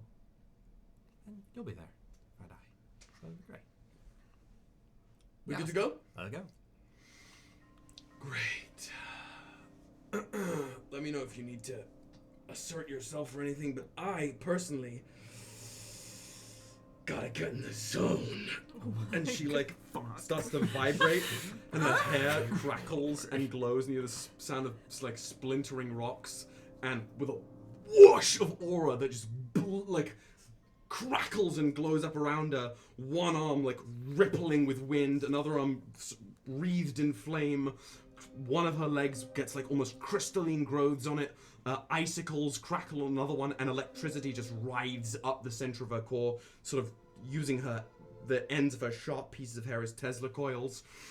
Let's dance! And we're gonna take our break right now. Mommy, sorry. Mommy, sorry. Cool. Okay. So we'll be back in... Come back in let's say 10 past 8. Cool. 10 past 8. See you then. Cheers, guys. 10 past 8.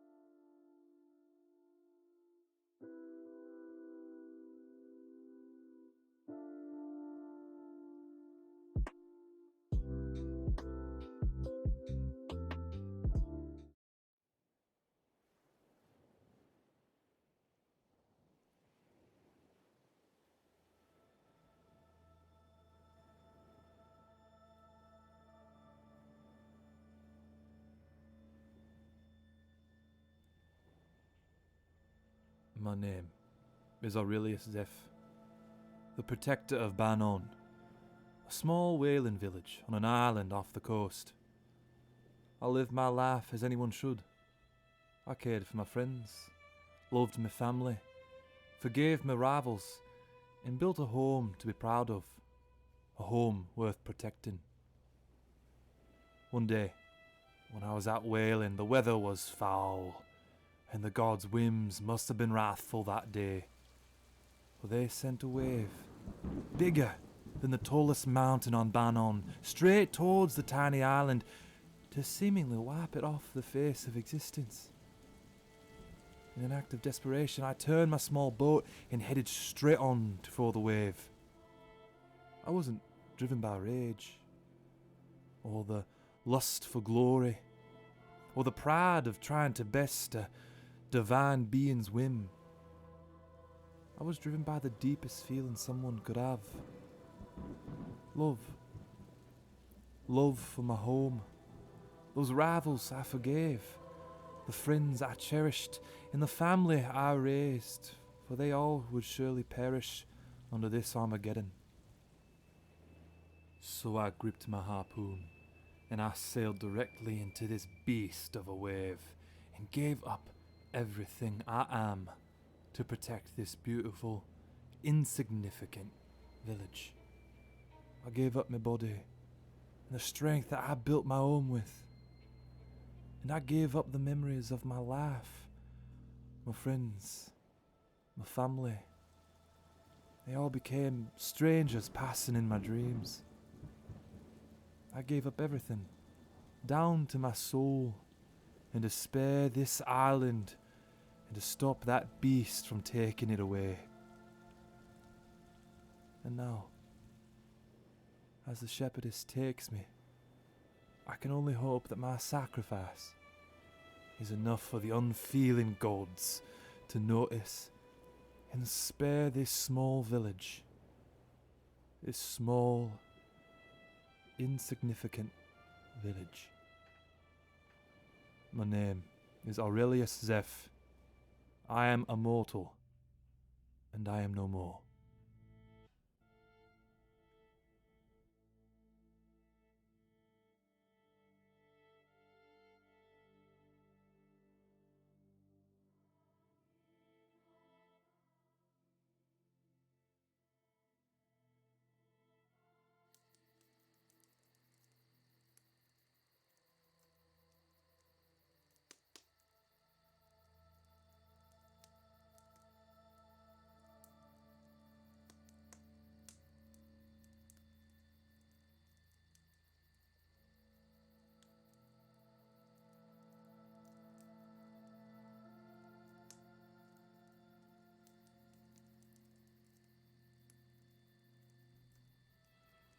The rebel child Sindar sought to control and shape the primal passion that flowed throughout the universe. The other gods had no control over this passion and its overwhelming force, leading to many godly disputes. So, Sindar took this passion, shaped it into emotion, and created her son to rule over them. He was called Nevrik.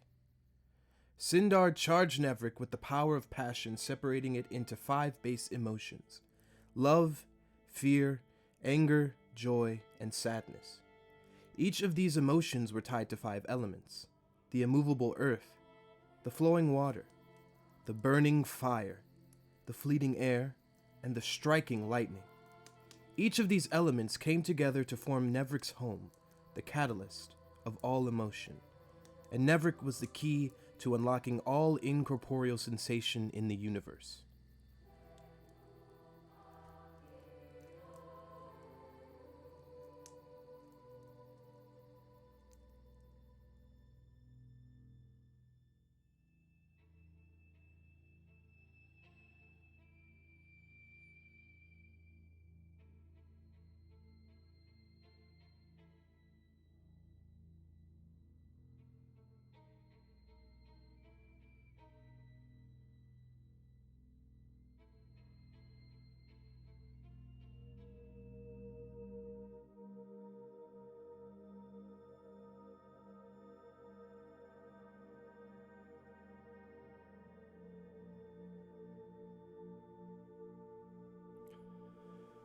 And so came midnight, lost in the stars of the fallen people of his world. As a mortal, Midnight was around in the early ages of his land, and was a part of the few that were at the beginning. Midnight's parents were the first to die, leaving Midnight in a state that would lead him to godship, the exploration of death, hoping that he could see his parents again, while also to be the god that understood what took his parents from him. Death itself. Midnight is there to research, study, and ponder what the moment of death will bring to everyone. A worker with all the gods, but closely with Ishtava, leading you through the moment of death and handing you off to Ystävä for the afterlife. On the journey of life, midnight comes when you least expect it. It watches how you make every decision to your last breath. Looking over every soul that reaches death, midnight takes a moment to care for what you have done, what choices you have made, and what has brought you to your final breath. And with that final breath of life you take, midnight will come.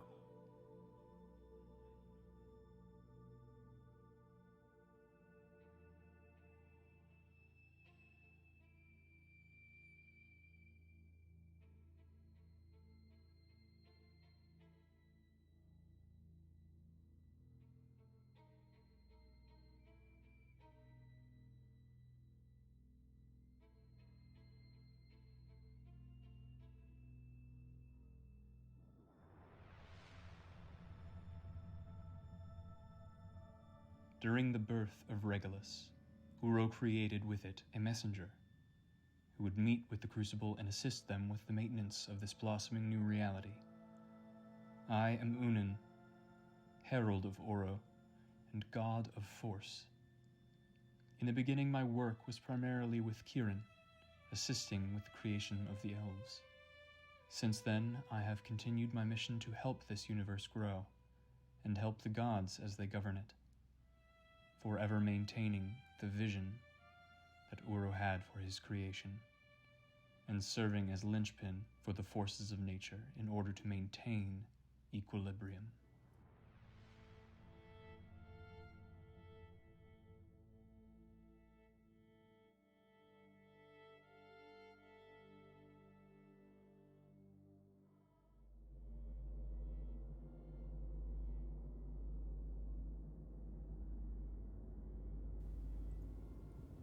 Welcome.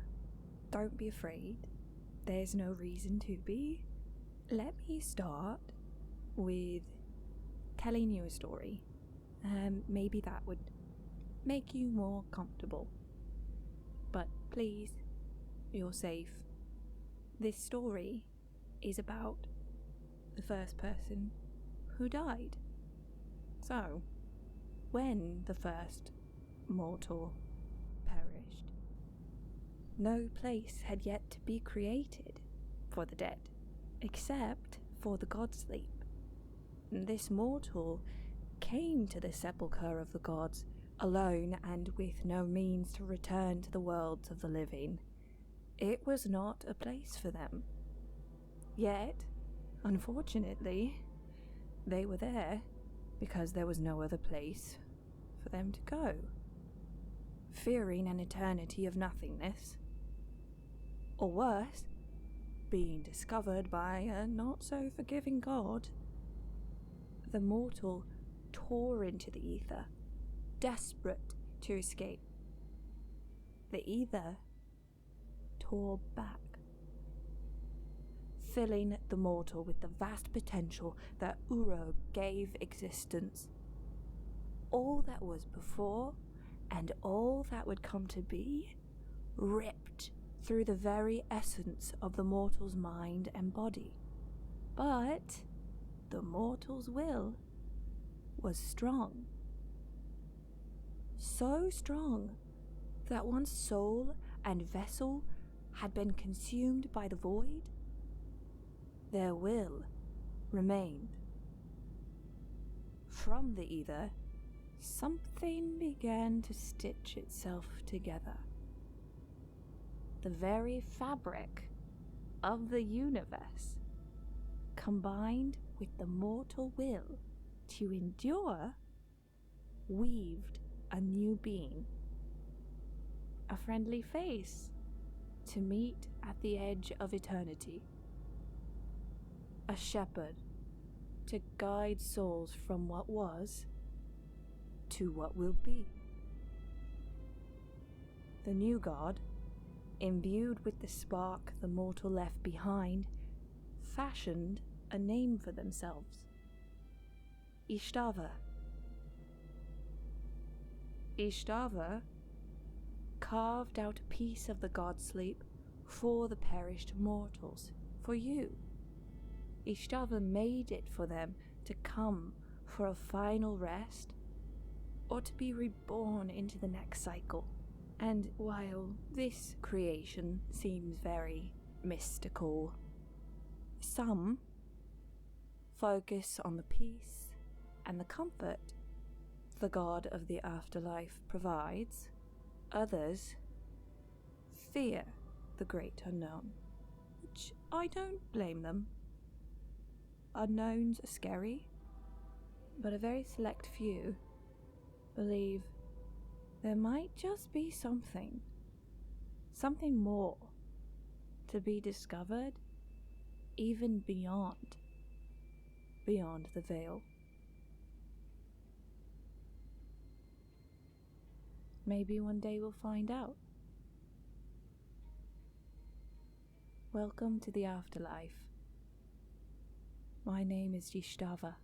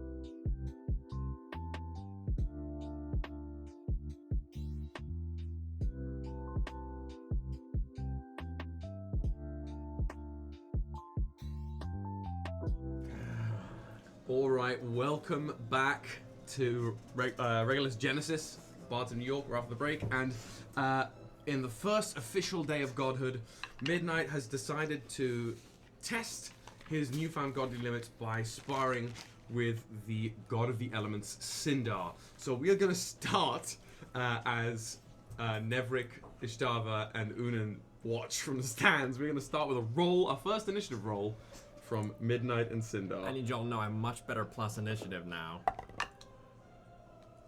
21. 21. Where am I? I have a plus 11. You know what? You you take the first punch. She's powered up, but you're ready to go. So she's 60 feet away from you.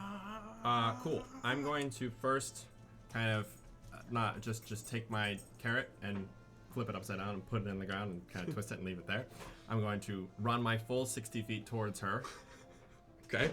And I'm gonna fucking unarmed strike her twice. Gonna unarmed strike her twice? Go for it. Let me just make sure I have all my stats here. Okay, roll me that attack. 20. Does a 20 Does a 20 hit? hit? A 20 Does doesn't. not. You're going for a punch. Yeah. Yeah, you get in, and the buffeting like winds and energy around her just like don't allow the punch to connect. Cool. A 20 doesn't hit, you said. The 20 does not hit. Oh dear God. Is Eva eating something she's supposed to? Yeah. I'm getting very kicky. Second attack. Because we're eating cookies. Ooh, definitely not. Okay. She didn't want to die. D20s.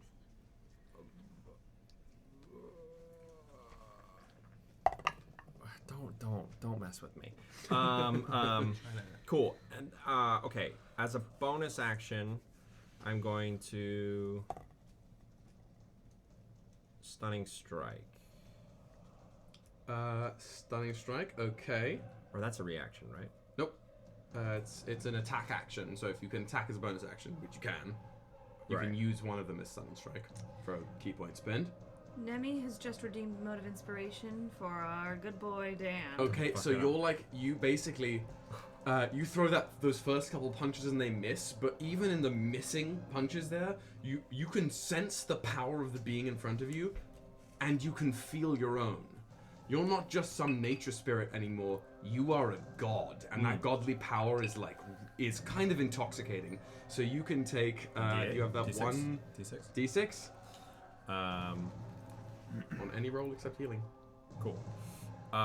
Wait, so I'm sorry. I apologize, everyone. Stunning strike is not a bonus action. It's just a thing you can do. So every time you hit something, if you land an attack, you can spend a key point to do land something. an attack. Yes. Oh, so I couldn't do it. I didn't land either of those attacks. Well, you have a bonus action, which you can use and to I attack. can do it as a. Oh, right. And you can choose to if you. You can do flurry of blows. You can do stunning strike is something you can spend a key point to make any of your hit attacks part of. Oh, that makes sense. Thank you. Yeah. Monkey's fun. All right, then I will. Key points are just like it's wherever you need free it. money. Then I'll use a key point to do fury blows and do 2 Great. more. Yeah. Great. And then yes, I'd like to confirm it. Thank you. With the right setup, you could spend all Natural that. 20. Is a natural Natural 20. 20. Okay, so that's going to Bless hit. your eye, by And the we're way. going to do it the same way the rules is written for natural 20s. You will just roll the damage dice twice. Cool. Do I get to roll all 3 of these twice? So what's the damage for your It's 1d10 and then it's 2d10 of force damage. Yes. Cool. That's the damage for the attack. That's what it is. So these 2 are force. So that's 17, and then that's 5. Let's roll them all again. So 17 plus. Oh god. Oh math. I got you. 22. Thank you. 22, and then. Ooh, that's garbage. Another 9, and 2 is 11. So 17 plus 11 is 28. 28 points of force damage, and 5 and 2 is 7. 7 plus 5 is 13. 13 points of whatever. Punch damage? Punch! Bludgeoning. What? Okay, and are you making that a stunning strike? Yes. Okay. So that one's so. Falco. What's the punch? What's the save there? The number? No, the DC. Yeah, your con save. 19. 19 con save. Yeah, she got a 28. So you the first 2 punches miss. You just nail that second one, rippling with force, and you feel it pass through her barrier of energy and crack some of the rocks there. And though the key doesn't take hold, she's pushed back a bit, and I could feel that. So that's the first Fury Blow, and the second one, right? Yeah. The second Fury Blows. Has anyone seen Encanto? Somebody mentioned it in the chat. Not yet. But Sindar is that sister from Encanto. I hadn't even thought about it, but yeah. Joe the Shark NYC has also redeemed. Or maybe I'm wrong. Nope. He just is being funny, and it's And very it good. looked like very, that. Very Yeah, good. I see it. So what's coming in? One more attack. Okay. Oh, fuck me. I'll use my Mode of Inspiration. Wow. Does a 21 hit? No. 21 meets. Yes! Oh, incredible. Okay, good. Okay. So yeah, that's gonna just shear through the barrier of like elemental energy and land another hit. Good to know. Wow, that's hot garbage. That's 5 points of force damage and 11 points of normal damage.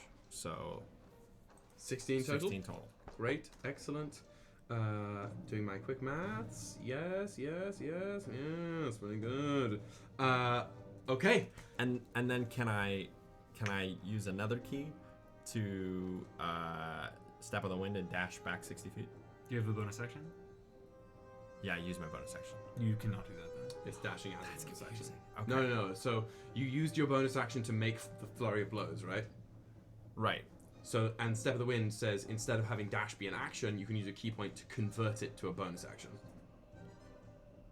Oh, that is. There's some monk thing that you can do where you can, once you've done a flurry of blows, if you still have movement left, you can do other things. I don't have that's any a whole movement other piece. I also don't have any movement left. So. You're as the scholars would say, tapped. You're tapped. You're done. You're done. What are you free? Skim milk. Skim milk. Is there anything? Oh my Oh. goodness gracious! The prodigal son returns. Mother. We're in combat, Woody, Oh shit. because Dan decided to fight a god on session 1. What? Sound familiar? It's Leonidas all over again. Let me take my coat off. Yeah. Welcome in. Do you have it? So is that your turn? I don't think I can do anything else. Okay. Perfect.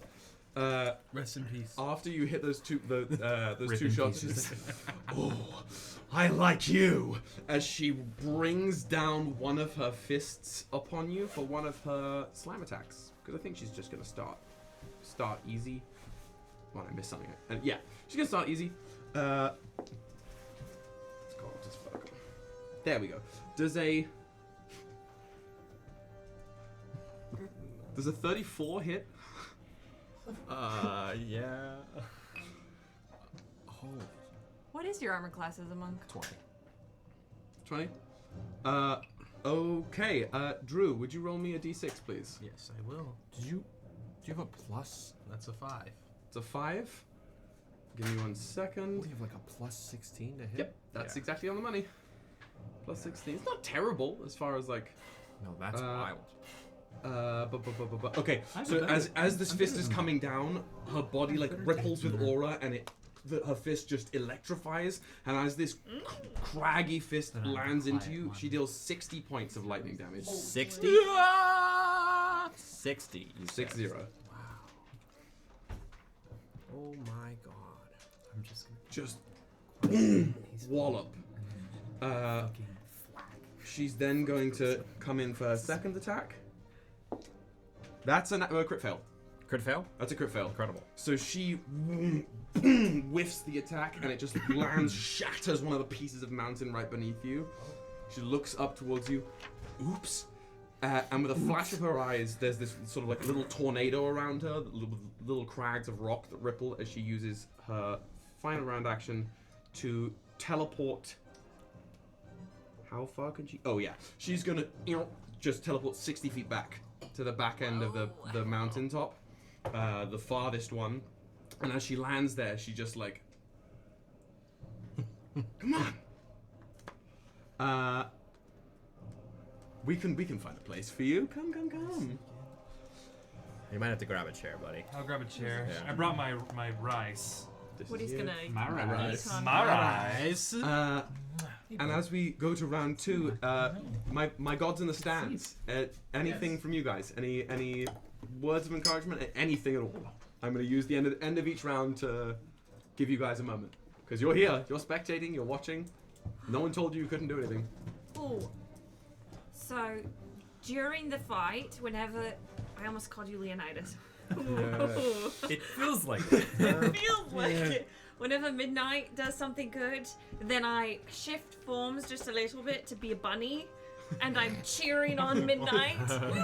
And then anytime Sindar does something good, I shift forms to be a really, really burly, male-looking specimen, and I go, yeah, and I cheer on Sindar. Yeah, I'm cheering everybody on. And then every once in a while, I turn back to my fellow gods, and I... Nice! Just for the hell of it, can you just roll me a flat charisma Absolutely. check? My charisma's always flat. Oh, maybe not. Flat charisma? That's a 24. That's a 24. So with your Oh, I'm sorry. No, it's a 29. 20, even better. With the cheering on both sides, that rabbit folk woo, the ripped, yeah, get him, and the thumbs up. The will of the gods inflicts upon the environment, so both parties here are going to have advantage for the next round on all rolls. I'm like a bard. Wow. I'm like a bard. Anything else from my friends in the stands? Wait a second. I'm sorry. Would I have gotten an opportunity to attack, or is it way on too a teleport? late? No. Even with... She teleported away. That's what teleport is good for. Even if I have Sentinel? Sentinel requires movement. Yeah. Wouldn't She that just went. Blink It's that not movement. instant and appeared someone else. Okay, Yeah. cool. If you had Mage Slayer, and it was somebody was casting a We spell. can figure out. If you had Mage rip my Slayer nose and somewhere. Sentinel, then I'd argue. Maybe let me work. Because then if somebody was casting a spell, you could go pop. You get Sentinel. Yeah, there's a build we could work on to figure out something like that. But for now, she just teleported away. She whiffed away. That's cool. But the rest of my friends are just watching. I think in excitement of the battle, Nevrik's wings unfurl. Ooh. Just like a boner. Wax. Basically, I Never guess. gets Right. excited and something unfurls. Ünen is just kind of. He's sat down, crossed his legs, and is just kind of sitting on the stands and just watching. Brilliant. I think Kirahan is probably seated next to you, and leans in. Gonna make this interesting. I do not know what you mean. Are you implying bet? Well, I mean, pretty much, yeah. Got a whole lot of excess ether. Sure, I have not much use for ether. So. Okay. Well, how about this? If, just for the sake of it, who are you betting on? Given skill and time as a god, I'm betting on Sindar. Okay. I see that. So if you win the bet, I'll let you peek at a page of the Tome of Origin. Whoa! And if I win the bet, and for the sake of it, I'll bet on our new friend here. If I win the bet, you've got to stick with the elves for 100 years. What the fuck does that mean? What do I do with them? Whatever you like, just stops me from having to do it.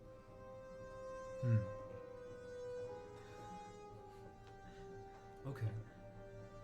Shall we? Brilliant. I just want to add in the wings. Sorry, this is random. Wings take the shape of different elements. That's okay. I rolled.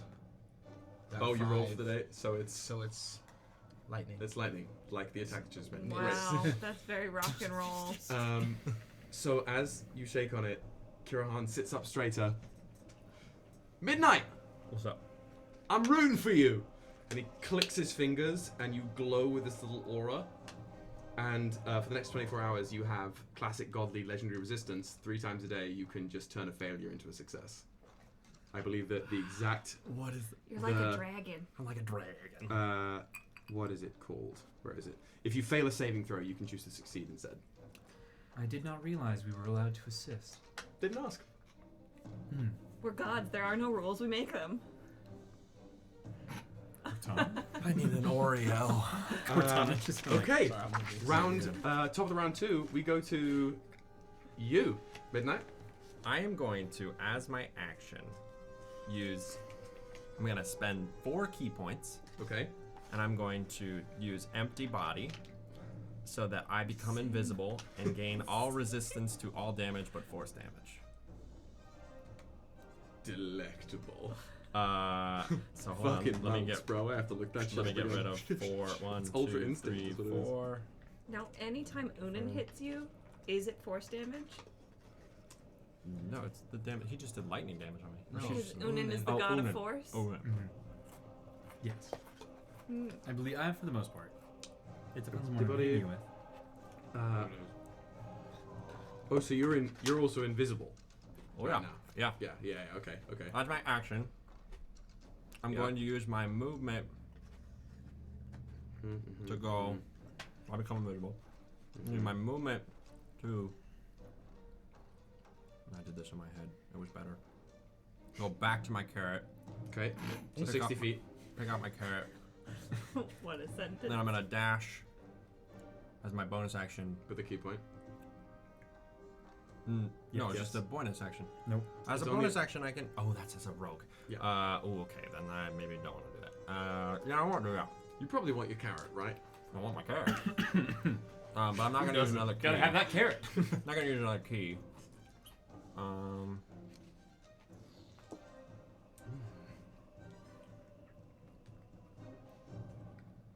I'll take. Yeah. Okay. I will do. I will spend a key, but it will be patient defense. I don't mind. Okay. So, but you're at the carrot now. Yes. So you're a full 120 feet apart, Correct. basically. I've reached carrot. I've reached carrot. I have reached carrot. Okay. So it goes to Sindar's turn, and you watch her take this big breath as the aura around her glows slightly and then trickles into her form, and she's gonna regen 20 hit points. Shit. And oh my, she just is gonna call out, "Are we hiding now? I thought you came here to fight. Isn't that what you want?" And I have to check something. Ship yourself? I believe she is using the tactic of calling bitch.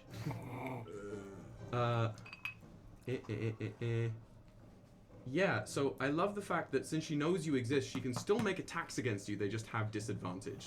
But since she was buffed, she So it's just has a straight advantage. roll. It's just straight roll. Straight Yeah. roll, So she is going to. But would she, because I'm in a patient defense, would she then have disadvantage again? Yes. Yes. Wow.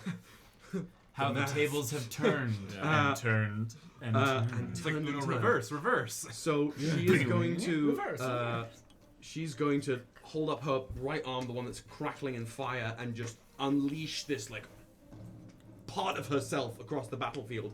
A fragment of the rock that comprises her, wreathed in flame, is going to lance its way towards you.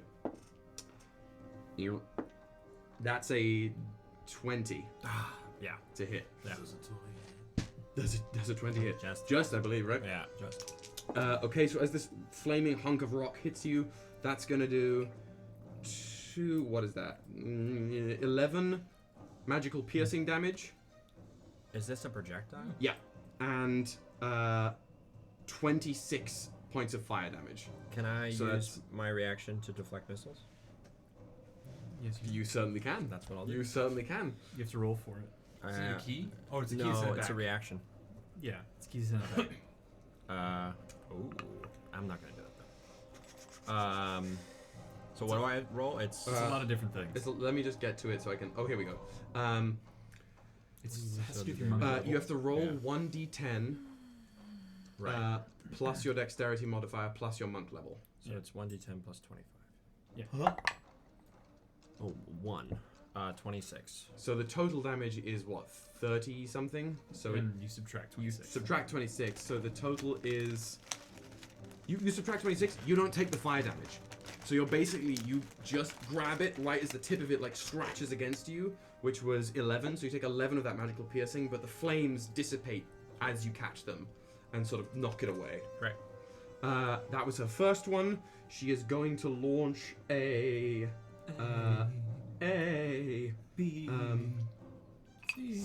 What's the range of this bad boy? Of what? Nothing. It's too far away. Yeah, she's just going to launch another one at you. Just gonna keep your phone That's safe. disadvantage. God damn it. That doesn't hit. It's an 18. So it just another piece of flaming rock sears past you and crashes into the mountains next to you. Come on. Monks are so cool. If you're gonna fight, then let's fight. Damn it. And that's pretty much her turn. Right. I think she doesn't have much she can do as a. Oh, I keep. Next time. Ooh, hate that. Anyone from the stands? Yes. There's one thing. Okay. Mom. Oh, thank you, Nemi. She instinctively like, what's up, bud? Oh. I'm gonna do something. What do you mean? Don't worry about it. I'm just letting you know. Well, I don't need help. I don't need. I'm good on that. It's fine. Don't worry about it.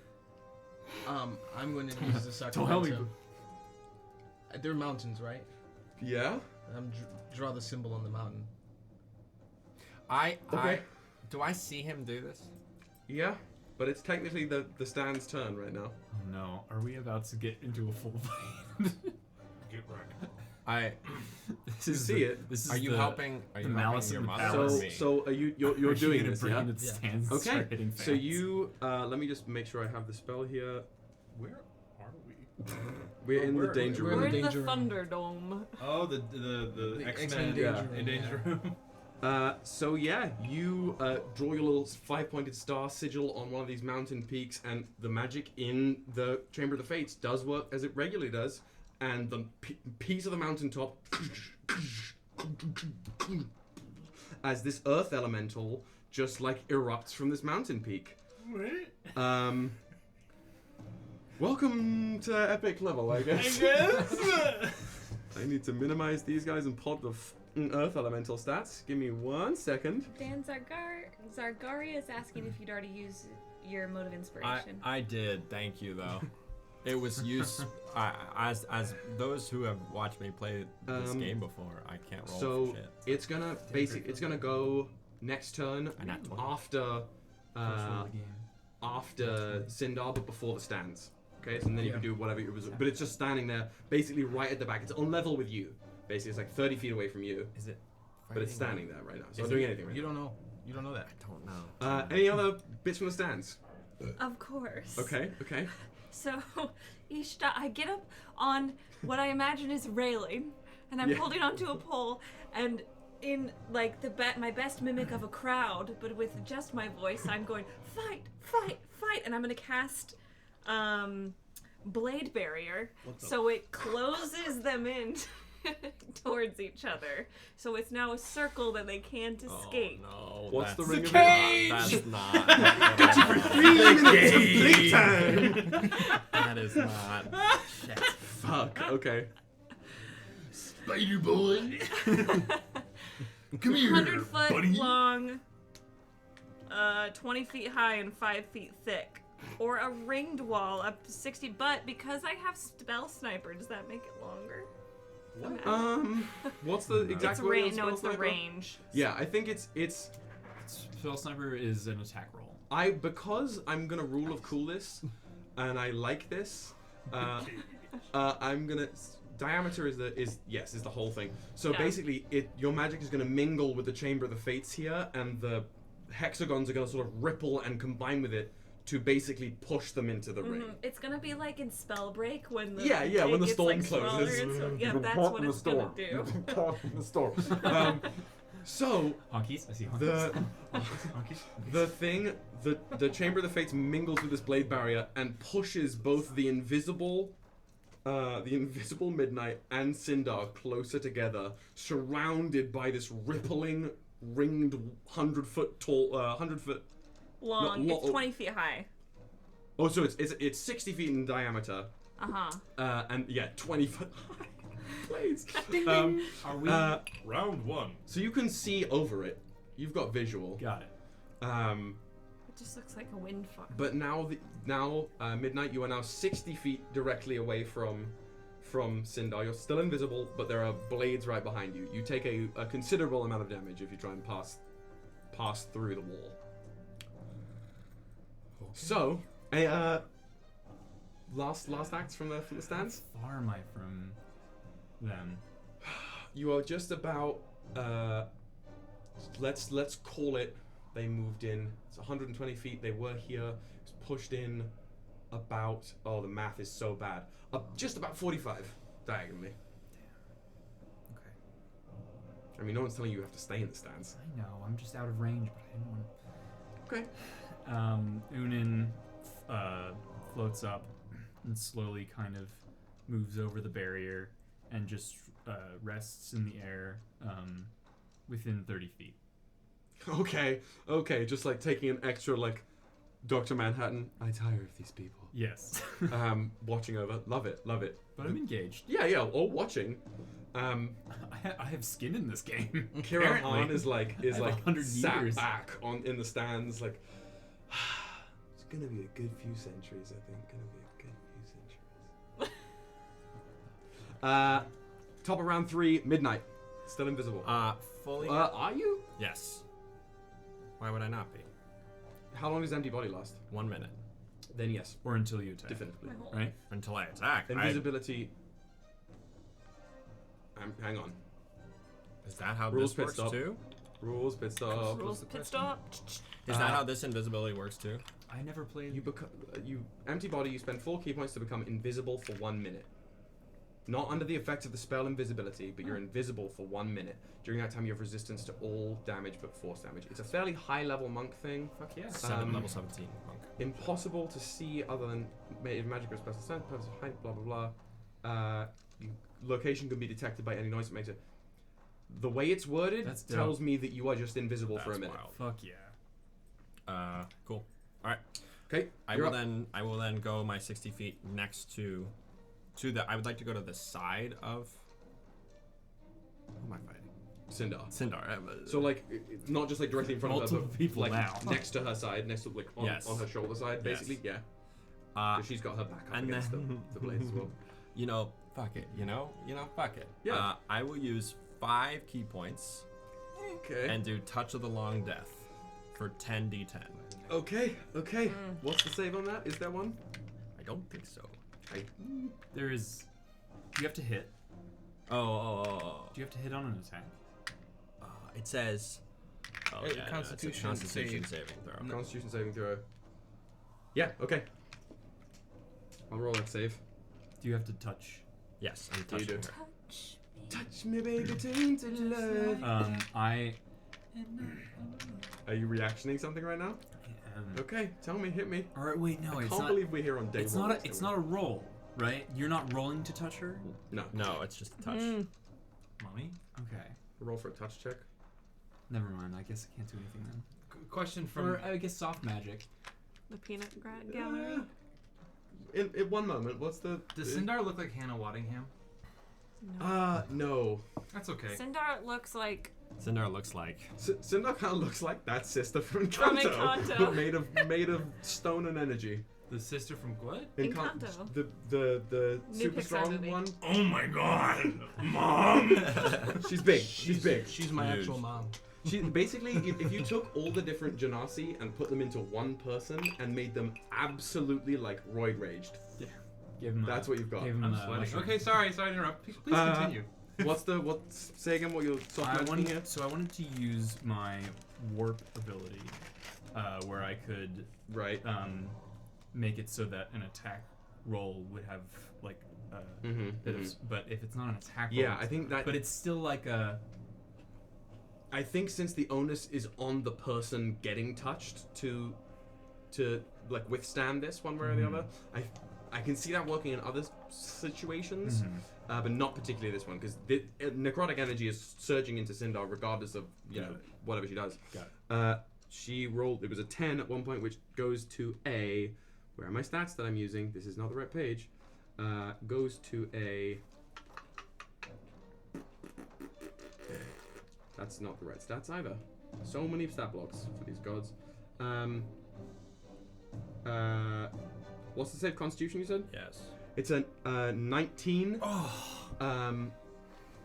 That just If it beats it, it beats it. Damn. So that's gonna be. Rules pit stop. I'm not even gonna have you roll those damage dice because you feel the necrotic energy seep into her, And no, actually, sorry, I'm using different pieces of stat blocks.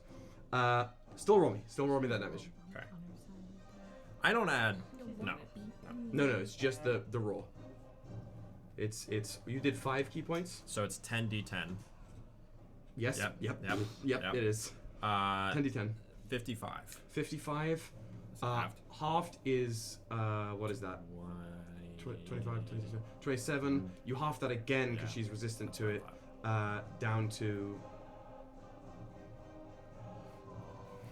18. 18. I was like, Nope. Yeah. Yes. Yes. Because it wouldn't be 19. Okay. Well, we're learning. But 18 twice is 36. Ooh, bottom camera frozen, Dan. What? It's 13. Minus? It's 13. 13. What was the first thing? Oh, you're right. Thank you. It was 55 to Half 27. to 27. Half 27 again to rounded down is 13. 13. Got it. Yeah. Took us all a second. Good math there, guys. Good math. Top maths. Cool. So you touch along death. Is there anything else you want to do here? Nope. Okay. Well, I have a bonus action. You certainly do. And but all my bonus actions fucking take key. That's weird. Oh no, You I have can an unarmed strike as a bonus action. Yeah, but and I don't. Okay, whatever. Fuck it. Yeah, I'll do one arm on unarmed strike. A little He's a god, you're a god. paunch. Little paunch. Go for it. Punch. Little paunch. Oh no. Ooh, can it be? That can be the roll, but can it be with the carrot? Can I whack the carrot? Oh, you've got the carrot in hand. So that was a. What? Is the carrot a monk weapon? Yes, it is. Yes. It's an it says Hang on. unarmed strike. Hang on. Right. Class It- features. that's the name. If that is, what is the thing called? But it So many. These monks. but monk weapons. Bonus some action monk use an attack action with an arm. Yeah, unarmed strike. Totally Yeah. fine. Totally fine. Then it's 25 to hit. Yeah, that'll do. That'll do. You'll get through her elemental barrier there. I use warp, yeah. and you get a -5. So 21. That meets. Oh fuck. Well, it meets or it beats. Yeah. Right? Damn it. What? I want- right. I want yeah, her to yeah, win. yeah. I'm so with you there. Yeah. So you swing with your fist, and you feel a little like weird gravitational pull back, but you just force your way through it and make contact with her. So roll for that damage Ooh, shit. while still being invisible. Fucking big man. 18 force and 8. To 26 total. 18 force and 8 normal. Yep. So So she's gonna 26 total, down to what is she resistant to? Force? not force. Normal? You don't know, but not force. Clearly, she's taking the force damage. Right. That. Oh my god, this math. Oh, there we go. Okay. Cool. You just punch. Come on, show yourself. Anything else? I don't think I think can do that's it. anything else. Okay. Yeah. It's up to her turn. She again, that aura reads into her. She's gonna heal that 20 hit points. Fuck. And then she is gonna. There's just no way. I think she's going to. Yep. If you're playing dirty, so will I. And that aura disappears for a moment as it absorbs completely inward and then flashes out from her in this blinding pulse as she uses her blazing edict. And this is what I was talking about before. You just take 45 points of radiant damage. Halved to 22. Great. And then I'll need you to make a wisdom save. A wisdom save? Yep. That's a lot, isn't it? Nice and 9.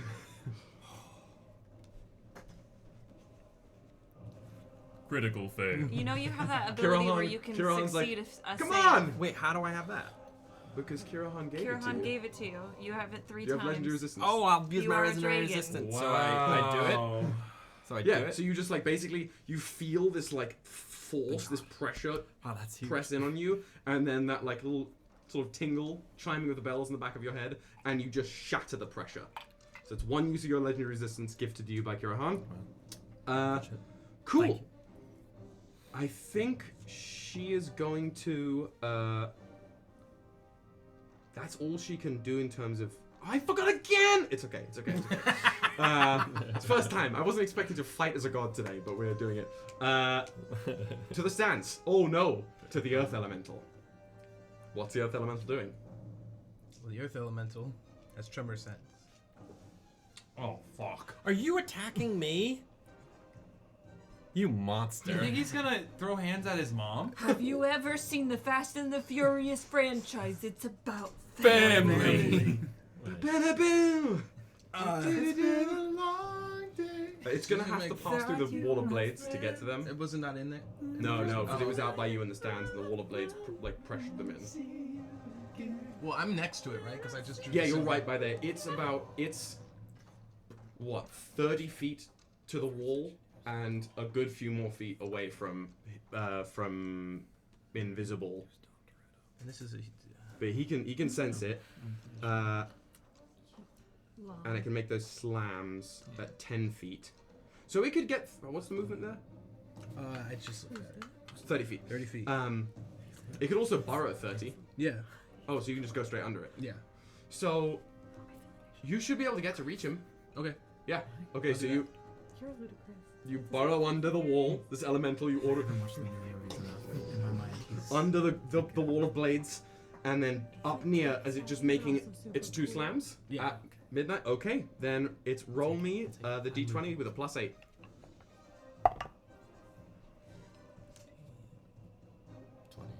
21. Is that hit? Yeah. And then 19 plus 8. That's okay. So as you are sort of dealing with the repercussions of her blazing edict, these 2 rocky fists come out from the mountain beneath you, and just land 2 solid punches on your invisible form. What do I take? You take 4d8 total, 4d8 plus 10. So I can just roll that here if you want, or you can roll it if you would like. Is your elemental? I don't have 4d8, I don't think. Let me. I might actually. You got one here if you want to use these. I use that one. Oh, sorry. Shit. 2. Actually, that's a D10. Oh. Sorry, that's Oh yeah, I have 4. I have 4. Okay. What are you doing? 6, 6. 6. I'm a vessel. Current poll in the chat And 3. is: will Dan get God slept? So 18, 19, Give 21. us a number. 21 plus. You said 10. Plus 10. Plus 10, yeah. 31. What type of damage? 31 magical bludgeoning. So it's halved. Oh, because you're resistant to Everything but all force. in the world. So 31. So That's 15. 15. Yep, you take 15. Like you can feel the pressure of it, but it obviously doesn't like fracture your body. That happens, and you hear. I don't think I can amplify my voice in any way, but I kind of say it towards like out Sindar. loud. I say, "Oh, you need help? Funny. I didn't think you would." Can you roll me a? It's not exactly intimidation or deception. Yeah.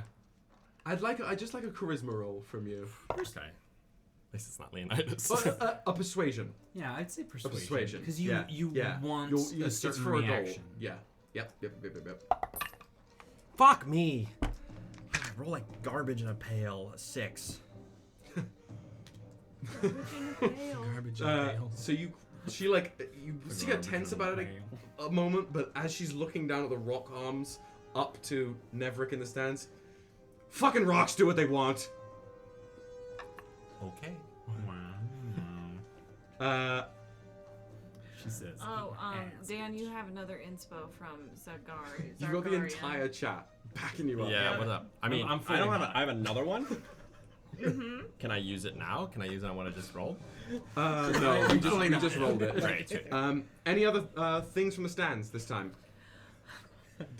Can I? The spell doesn't say anything about moving it, but can I just close in?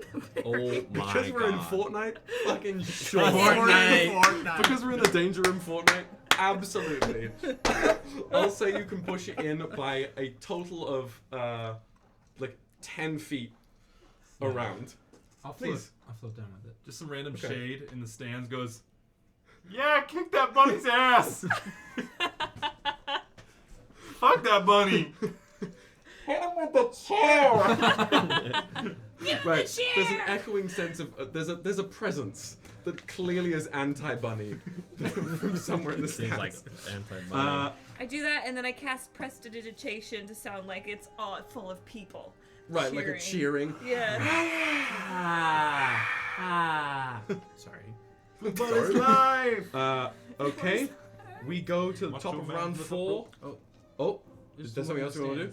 I was just gonna say I keep going in because I Yeah. see the thing kind of closing behind me. So What? We just many said of these Woody's elementals character can I shows up. conjure? It's John Cena.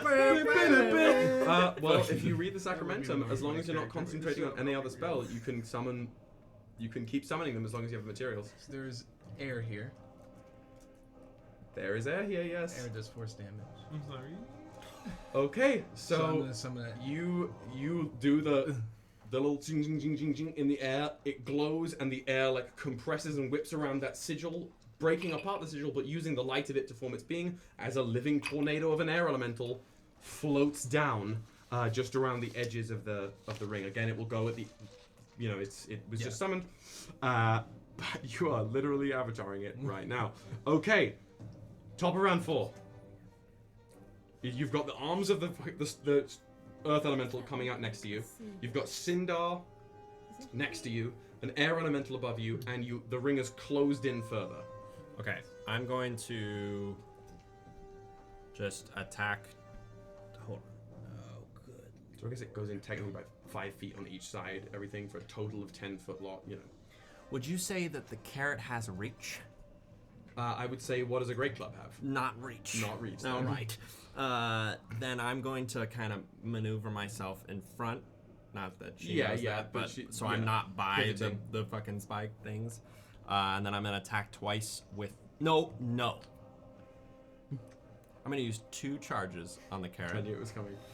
And I'm gonna cast Finger of Death. Holy Just dick. like lay the carrot out. I'm gonna lay the carrot out as an action and cast Finger of Death out of the carrot. This just beam of jet black energy ripples forth from this large vegetable. And does it look like it's like I could not be more serious about the fact a that it's like a black 7-foot carrot. Like it's a Or is big... it like a parsnip? Nope. No, it's a carrot. It's No, what I mean is is it like if I took a bite, would it be a carrot? You don't know that. Whoa. You don't know that. This is coming next episode. Ünen might take a bite.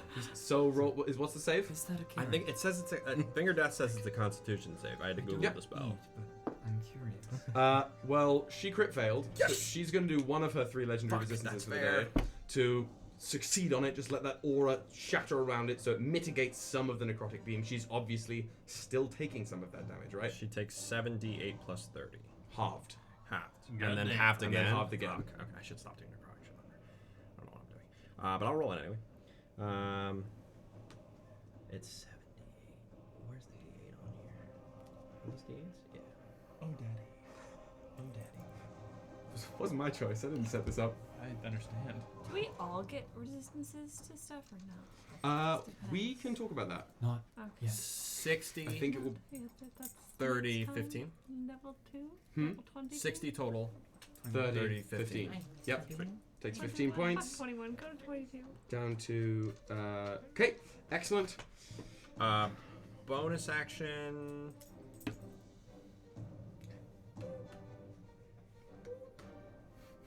Bonus action, I'm going to use Rabbit Hop, and I can jump 30 feet without provoking attack of opportunities.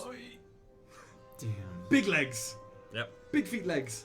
Yeah, so 30 feet in what direction? 30 feet in what direction? Towards the spinning. Doesn't say. Swords? No, it don't. Also, says- is it 30 feet up? Just straight up? That would be fucking dope. It just You says just go 30 top feet. rope. It says you can jump 30 feet without opportunity attacks. Sometimes D&D rules really frustrate me because they say things that mean multiple things It's and true. don't tell you which version of it that it is. Yeah. So I'm going to say that... How much bigger is she than me? A lot? how tall are you? 5'2". Much. Yeah, much. yeah. She's like over 7. Feet tall? Yeah. Oh, I thought she was like 30. Oh, okay. no. Oh, okay. She's big, but she's not like that big. Could I Right now, She's at mostly... least. She's like wider than she is. Yeah, I'll jump. It's not a dome, it's a You, sphere. with 30 feet, if we're saying like 20 feet in the air and then like 10 feet forward, you could in theory jump over her and the blades. because the blades are only 20 feet high. And they're 5 feet thick, though.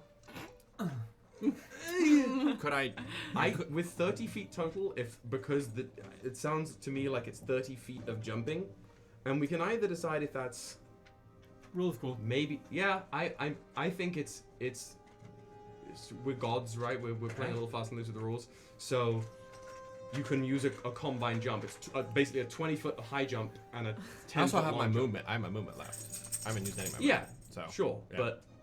If we're putting, I would say you jump the 20 feet over and 10 feet down, so you land 5 feet behind the wall of blades behind her. That's exactly what I wanted to do. Jesus. For those of you listening or not watching that happen, Woody nearly took down the entire stream setup. Yeah.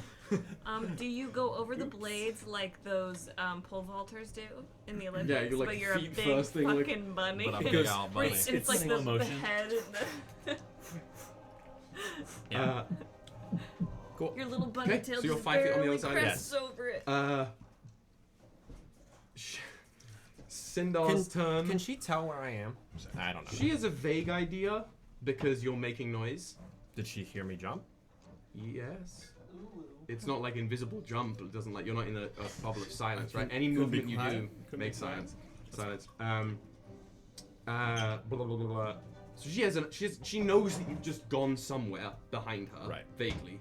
But again, she's that aura channels glows slightly. She's gonna regain those 20 hit points.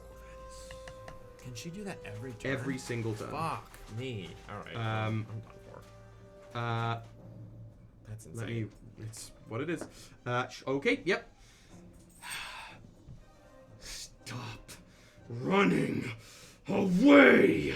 And she's gonna bonus action. Doing the thing. Use her legendary. Don't remind him. Legendary rage. I want to win. And that's him to remind. But I think he's already doing it, so it doesn't bonus matter. action. She's gonna legendary rage, and it was funny you're mentioning size because she now goes. She's like Brilliant. some of the rocks Full on, bro. rip around her and like cling onto her being, so she grows 10 feet up and 5 feet wide. Her arms get absolutely huge. And then she's going to use another one of those blazing edicts because it did recharge 45 or what is it, 60-foot radius. So you're in it still. Oh shit, I'm in it. Yeah. Fuck. Yeah. How close am I? You guys are far away. You guys are like The air elemental's fine. Air elemental's in the Air sky elemental's and chilling. not The inside earth of that. elemental is not. However, It's the earth- underground. It's underground. What It's the burrowing. fuck? It is burrowing, yeah. This is welcome. This is. I was really hoping we wouldn't have to deal with the ridiculousness of combat with a god this early, but here we are. So the earth elemental is still because its arms came out of the ground, right, to punch him. Yeah. So it's still gonna take it. Okay. It's all. It has a lot of health though. We got 126 base. So all you, Midnight, and the earth elemental all just take 45 flat points of radiant damage, halved again. How many? 22. It's 10 rounds. So how many rounds has it been? Like. This is round 4. This is the end This of is round round 4, so I have. It's been because I did it on the second round. So you have 7 rounds. I have 7 rounds. Great. 45. 45. So and half then to- all of you need to roll a wisdom saving throw. 45 half to. The elemental as well. 26. Yep. What's 45 half to? 22. 22. Wisdom, you said? Wisdom. Come on. Ooh, Jesus, Drew. 24. 24. You succeed. Sweet. You succeed. I'm using Indomitable to reroll my Yep. saving throw. Ooh. We love a fighter. I rolled worse. Fighter. 18. Great. 18. So the pair of you, or the elemental and Ünen, both happen to be just caught in her wrath here and are stunned until the end of her next turn. Oh, that's what the. Oh. As this sort of like energy that is from the combined nature of all the elements sort of just like whirls around you and keeps your senses on kind of shut down. I say, you're hurting the people that are helping you. Like, what are you doing? As you look towards her to say that, even though because you can see her towering over the blades now, she like there's this like manic nature as this energy is whipping all around her. You aren't certain if she can hear anything you're saying. Stunned, meaning Paralyzed. Stunned. Stunned is this Incapacitated. Yeah. So you're just like it's can't do anything. Can't None move. of these condition immunities. Exhaustion, nope, paralyzed, nope. petrified, It's just poisoned, stunned. unconscious. Okay. So we now that's. She has movement, so she's just gonna walk through the wall of blades. It doesn't hurt her? Oh, it does. It certainly does. 60-10? Fuck, wow.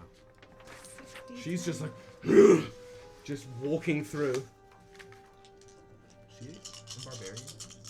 You don't know that. She raged, so to an extent of barbarians.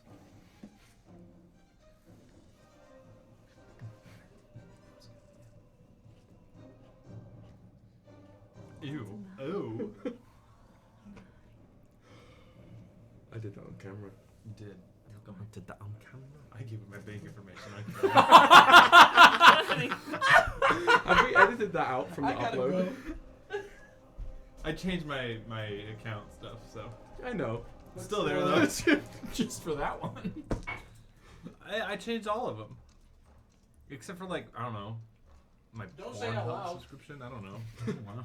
Your what? We subscribe. How much damage is Raging Sindar taking? They have to succeed in a dexterity saving throw. They failed, and they're not going to use the legendary resistance on this. Oh, that's fun. Okay, so plus 5 plus 6 equals 40 points of slashing damage. Yep. 40 points for slashing damage. It just like carves her up. You can see little cracks in the rocky nature of her being, and she's just barreling through. Wow. Hey, Bunny. I make the cheers go. Yeah! Anti-powers through! Okay. That's about her turn. So she's like basically probably just about 10 feet past you. Midnight, she just barreled on because she can't really see you. Anything? The air elemental. Do you have its stats? Yes. What's it doing? It's gonna get as close as possible. I don't know how far away. It was up about 20 feet above the back end of the ring. So it's got to be at Midnight's level. It would have to move 50 feet. I was admiring a die. And sticking it up his ass. No, never. Always. So 50 feet, you said? Yep. Speed 90 feet. Oh. Fly. So it can just get right. It can go down, straight down. Can it see? Can it see him? What can it? It only has dark vision and passive perception. So I'd have to. It can. Can sense with the noise, but you can get to that area. But any attacks it makes will be with disadvantage. Yeah, that's fair. So it'll do well. Okay. Yeah. Then we'll do the slam attacks. Okay. Much as it can. Roll me those 2 slam attacks with disadvantage against Midnight. And the Earth Elemental is. You just rolled 3 times. With disadvantage. You rolled 3 times. It's though. 2 attacks. Oh. Bruh. Bruh. So that's.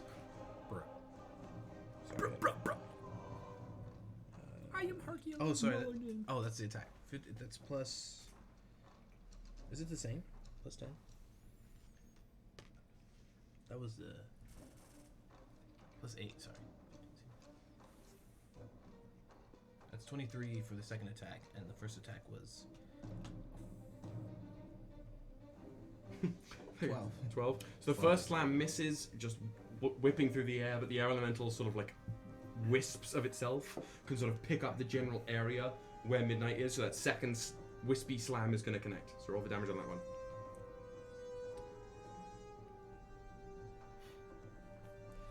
Oh, 2d. You fucking do force damage, don't you? Yeah, with the.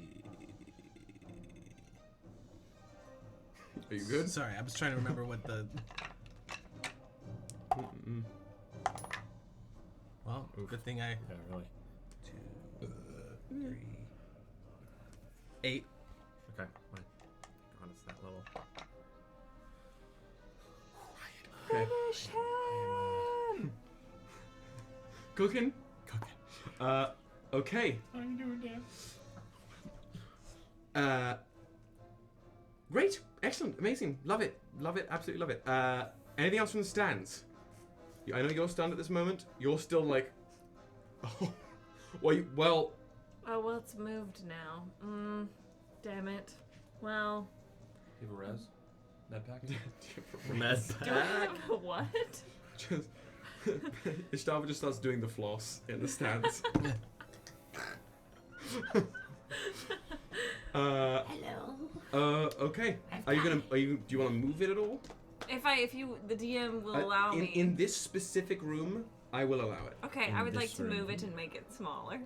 Okay, so you push it to encompass both of them. Uh-huh. So it shifts through both of them and then clinks close a little further. So the whole thing is 30 feet across now. This tiny, with both of them right at the center of it.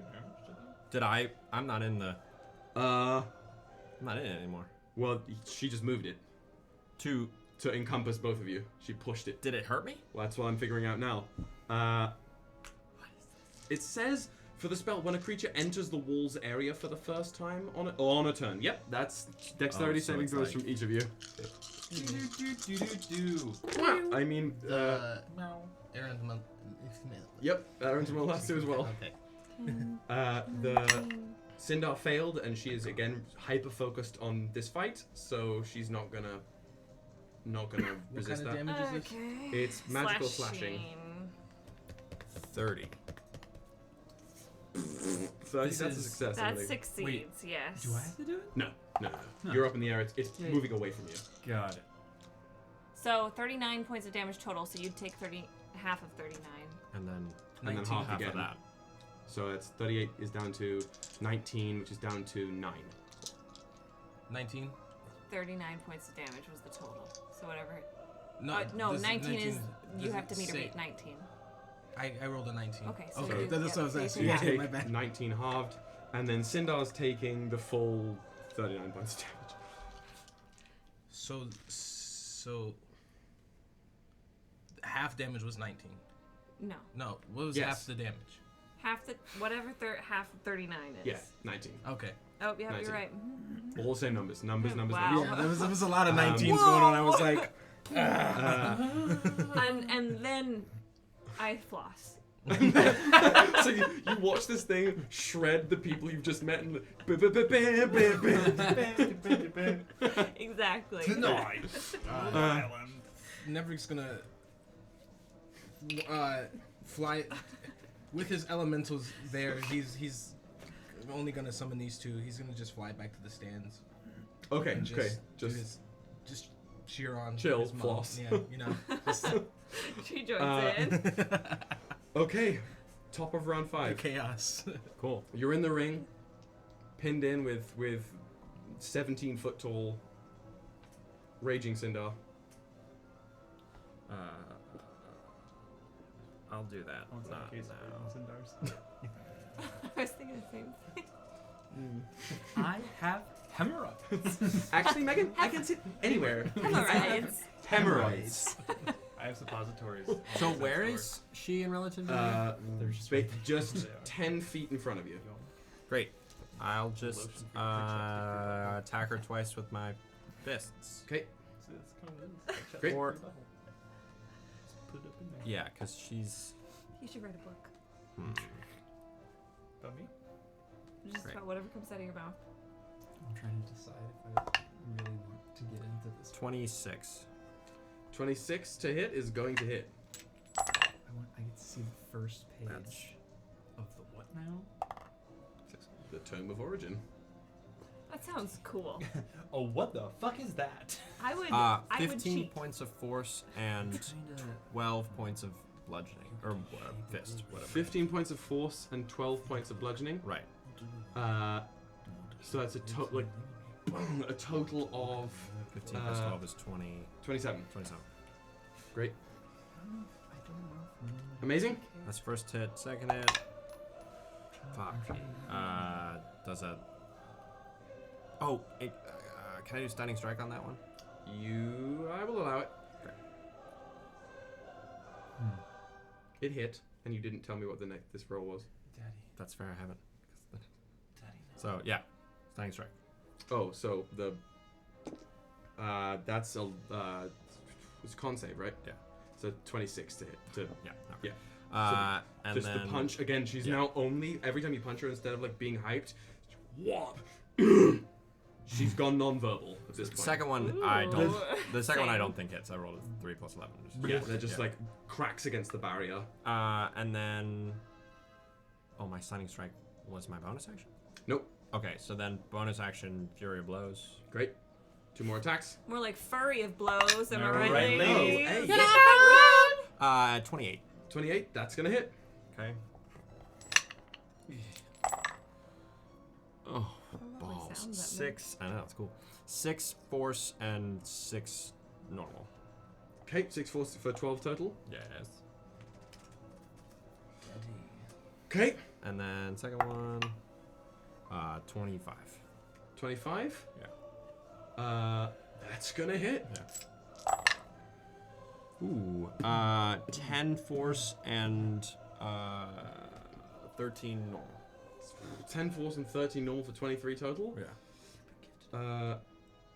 I have been gifted a moat. That's too late, I forgot it again. No, you got another. I got another one? Nemi just sent one. Says, don't die, Dan. Well, I have 2. I'll use those for later. Alright, The cool. gold. That's my turn. Okay. So you're right there, and at the end of your turn, here's what I've been forgetting to do. At the end of your turn, as you're punching her, she looks down towards you, and the verbal ability comes back to her for a moment. Burn! And she's gonna use her legendary action of immolating gaze and command you to erupt. So I need you to roll me.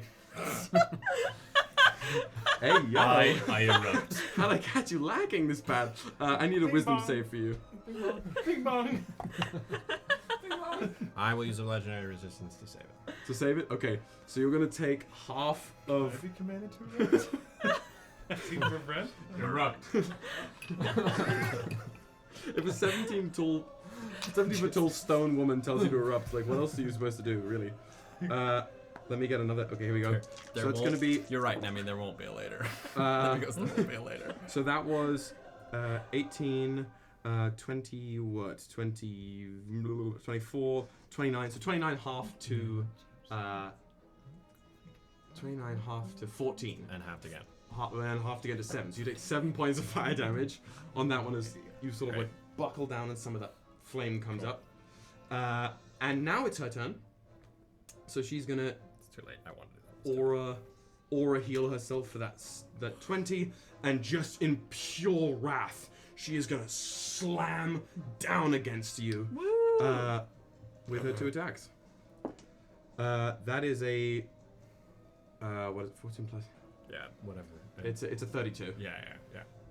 Second one is gonna hit as well. Okay. So they're coming down like a ton of bricks. So that is total 120 flat points of. Oh wait, can I get the d6 from you? Oh yes. It's 120 points of something, and it's not force. Are you about to die? 2. So 126 halved. So it's 60 total. 2 is. Are you good? Okay. So as she's coming down with these 2 massive fist attacks, her arms get coated in ice and they slam into you. So that's with the halving, 60 points of cold damage. And that's all she can do. So she's just like standing there, raging at you. It's the elementals' turns now. Did the air elemental survive the blades? Oh, yeah. It did. It did. Right? It only okay. tapped it. So both of them are pretty much within reach, unless you recalled them. I know you went back, but no, I didn't recall them. I just went back to the stage. Yeah. Probably send it back to you. The air. We'll have them. We'll have them both do slam attacks. Well, hold on. My chaotic energy. What else can they? Did I just do it? Why not? It's session 1 and we're in a fucking blood sport. Oh, Is it my turn? It's elementals first, but you guys are both on deck. No, that's all I can do. So I'll have the earth elemental just make slam attacks. Yep. First, just because. With disadvantage again, because. Yeah. Oh no, not because you. The air elemental has disadvantage, but the earth one has tremor sense. Or you didn't. What was it? I have no, 20. I'm just here for the show. And yeah. What's it do? So it does one. It hits once. Okay. The other one misses, and so then it's gonna do.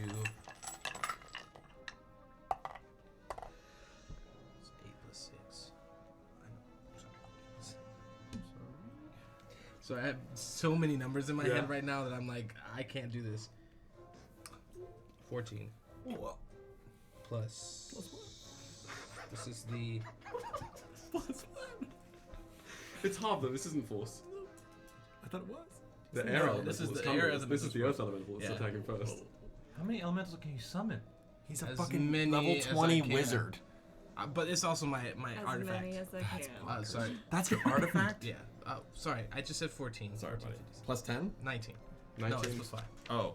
19. No, because I only hit once. Yeah. 19 halved though is 8. Oh, great. No, it's 9. Sorry. 9. Now the air elemental. Yeah. But this is at a disadvantage, so. I'll take it. Oh boy. Oh boy. I'm in danger. Right now, Aurelius Zeff's just fishing off of his bow right now. That's great. 16 is Yeah, for the first. He hasn't died yet. 8 plus 6. Oh, it is 16. Hasn't died yet. Disadvantage, though. I know, but Not the air elemental. Oh yes. still, it's still gonna hit.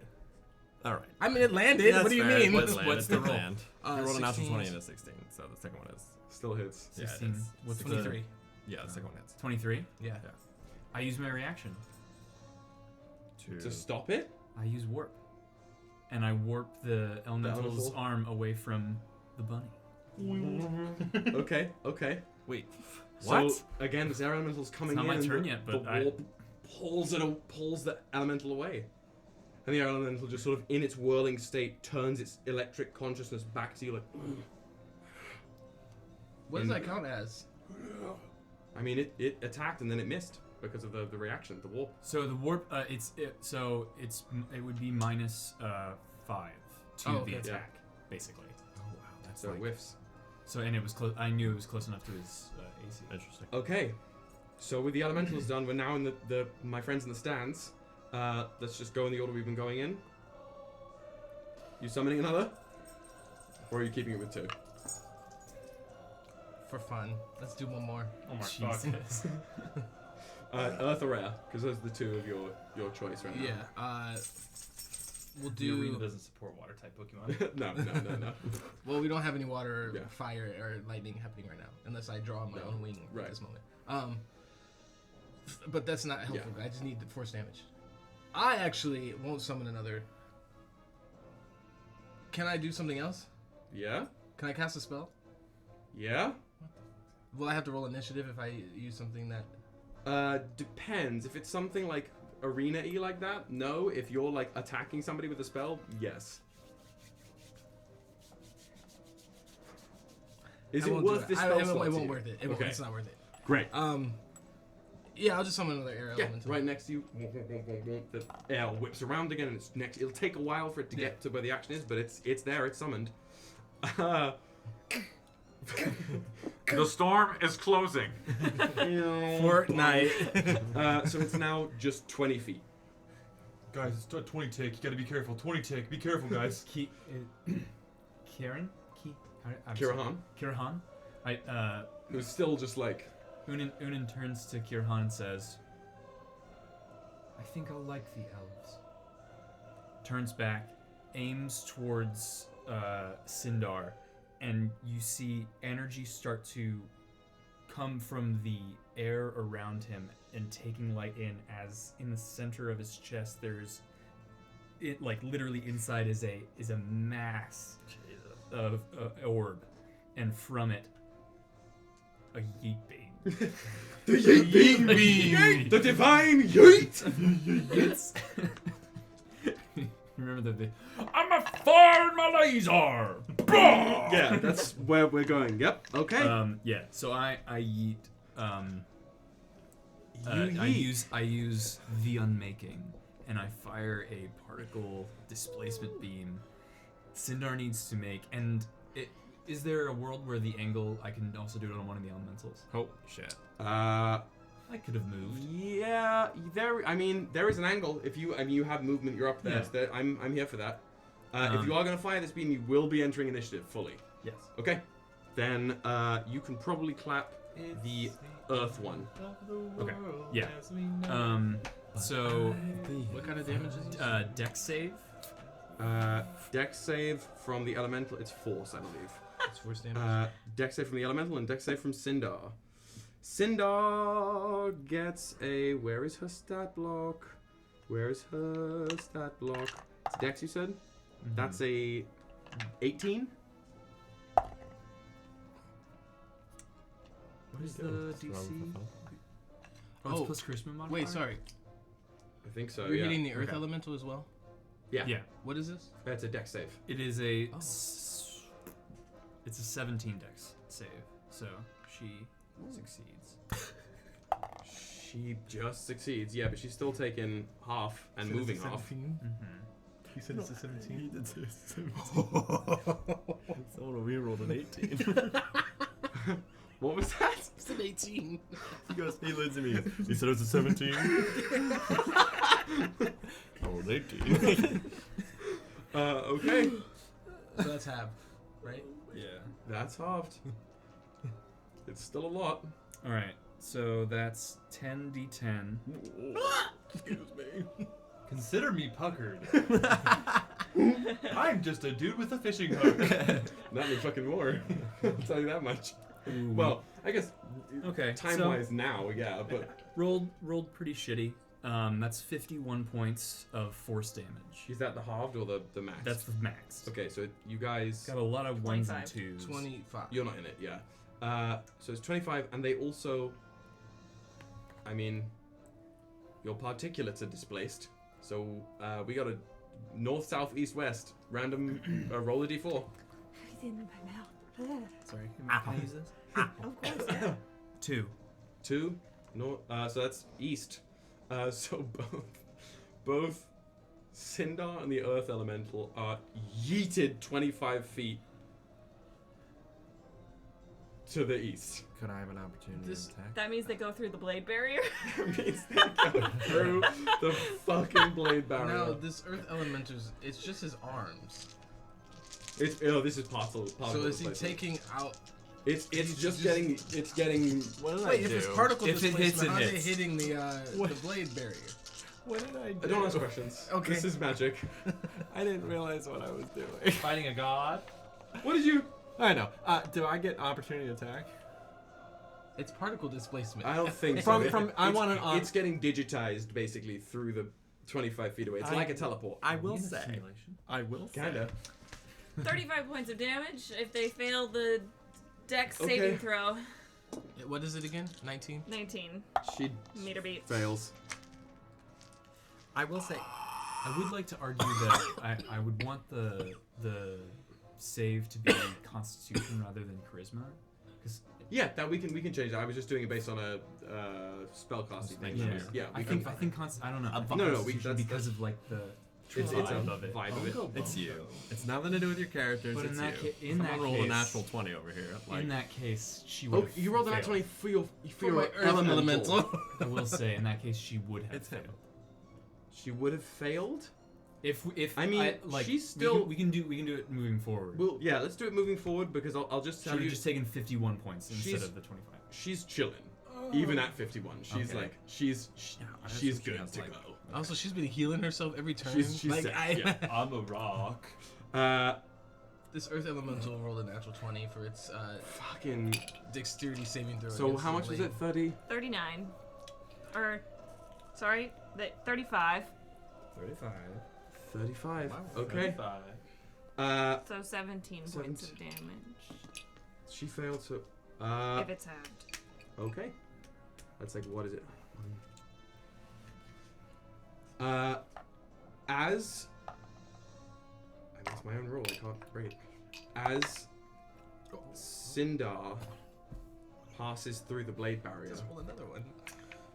you watch as the combination of like the brunt force damage to pull her through, along with those shearing blades, hit her. something shifts in her demeanor, and you can see like first a little bit of like light and sense return into her eyes, and that stature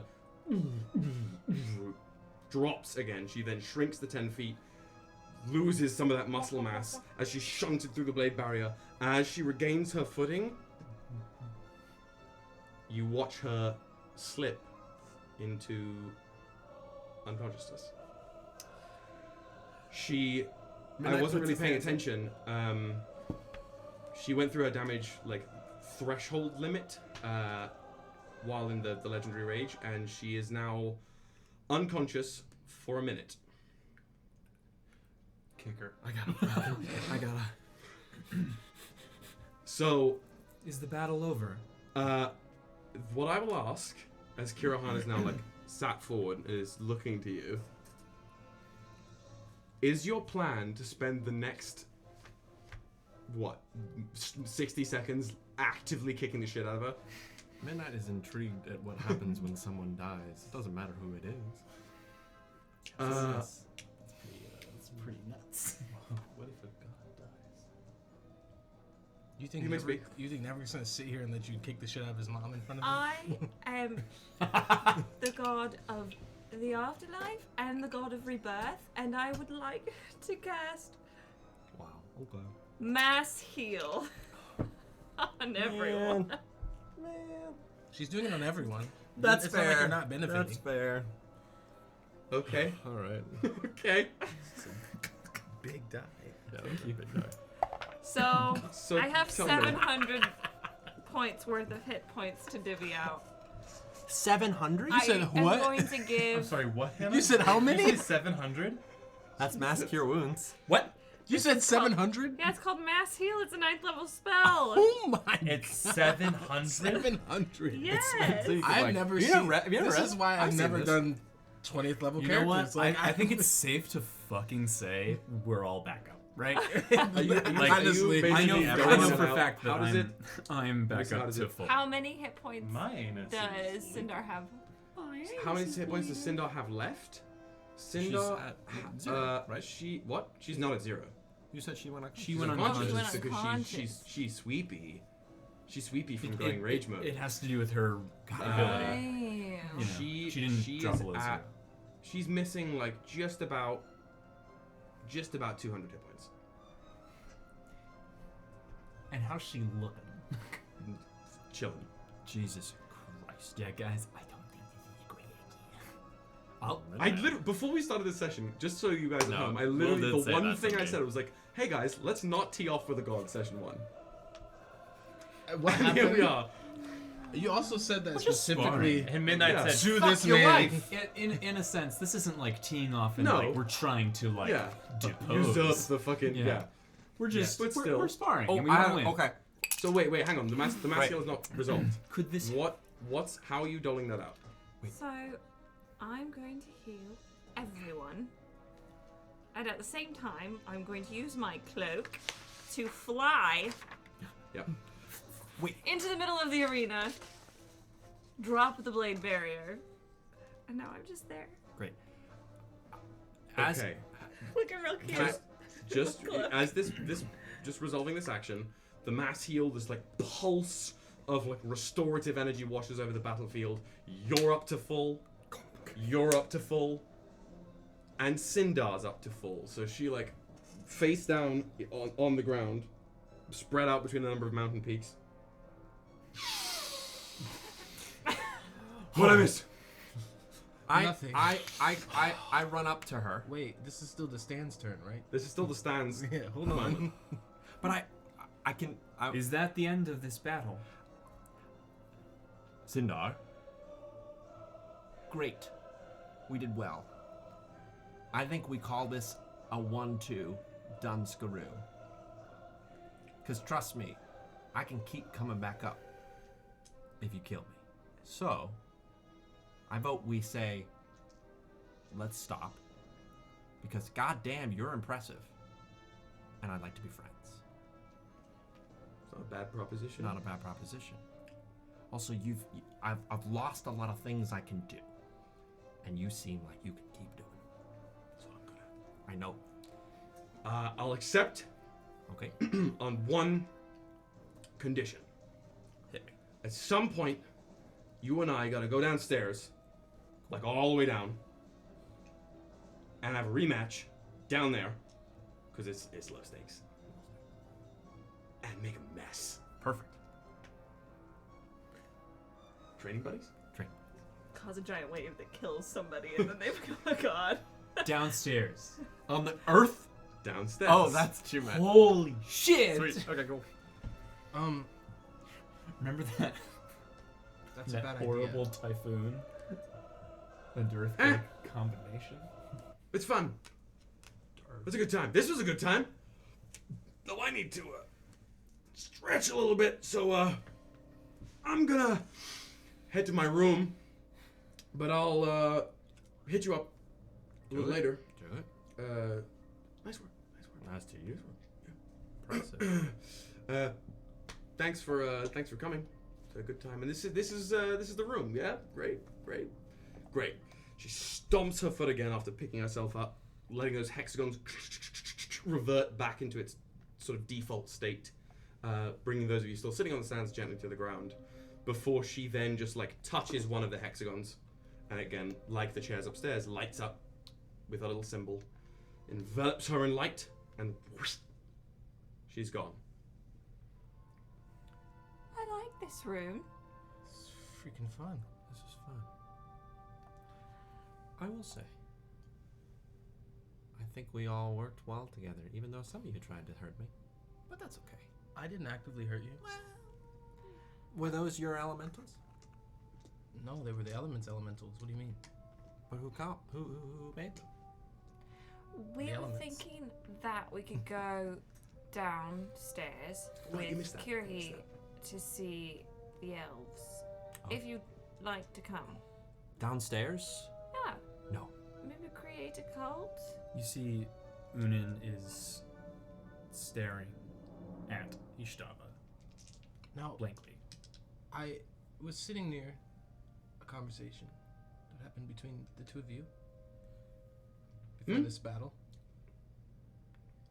Who won? Oh, you sneaky. Sneaky. Well, Sneaky bugger. that's a funny question because, Well, as far as I I'm say concerned, my mom fell first. That she did. roll me a persuasion check. Ooh. Just roll a 20. You do it all the time. I did just roll 2. But Are you fucking Sorry! What is going on? That's like what, 5, two, I think dude. it's 2 from you today. No, it's No, like 5. I've been rolling for fun in the background, and He's rolled by too two. many Drew for no says he's reason. gonna roll a natural 20. That's a threat. It is.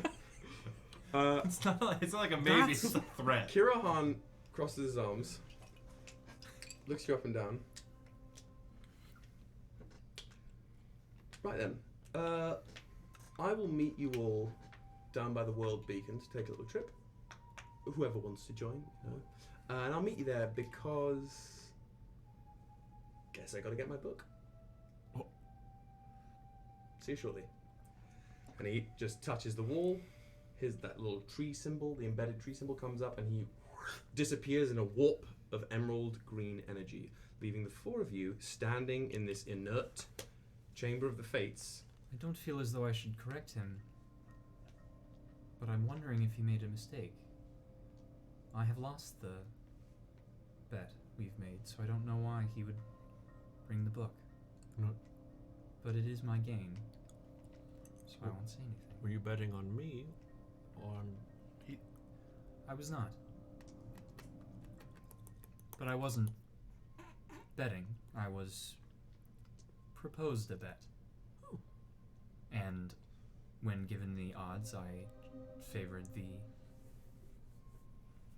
god. That's fair.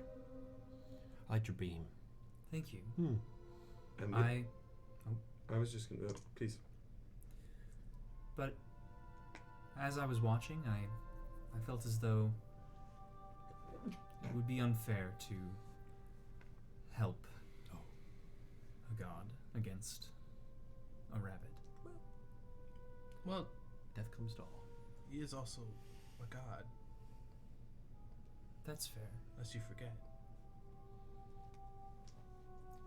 Leaving the four of you here in this room with the propensity for quite the journey, this is about where we'll pick up in a week for session 2 of Regolus Genesis.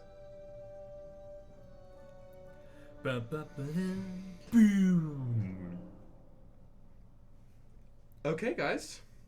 That was an unexpected first session. Sorry. That I was not wholly prepared for. I love the session 0 of like, this is gonna be like a really roleplay heavy game. There's not gonna be a lot of We combat. played 2 hours of fucking combat. Well, What did I walk in on? What happened? To be fair, Sindar was egging on. beefing. Oh, yeah. Beefing, for sure. She was like, I didn't necessarily expect you to take her up on that, but I learned my lesson. Do you know who Dan is? Yeah. I suppose. Should like y'all chumps roll up? But thank you guys for putting up with a meaty session there, and we will join each other again for in theory, a journey down to Regolus for the first time. Sound good? Yeah, Excellent, I'm gonna guys. make a cult. Well, thank you for tuning in. Again, as always, if you haven't, join our Discord. Lots of talk and chatter going on there. It's more and more as we go. And have a lovely rest of your week. It's only the beginning of it, so enjoy the rest. It's only the beginning of it. And remember, death comes to all.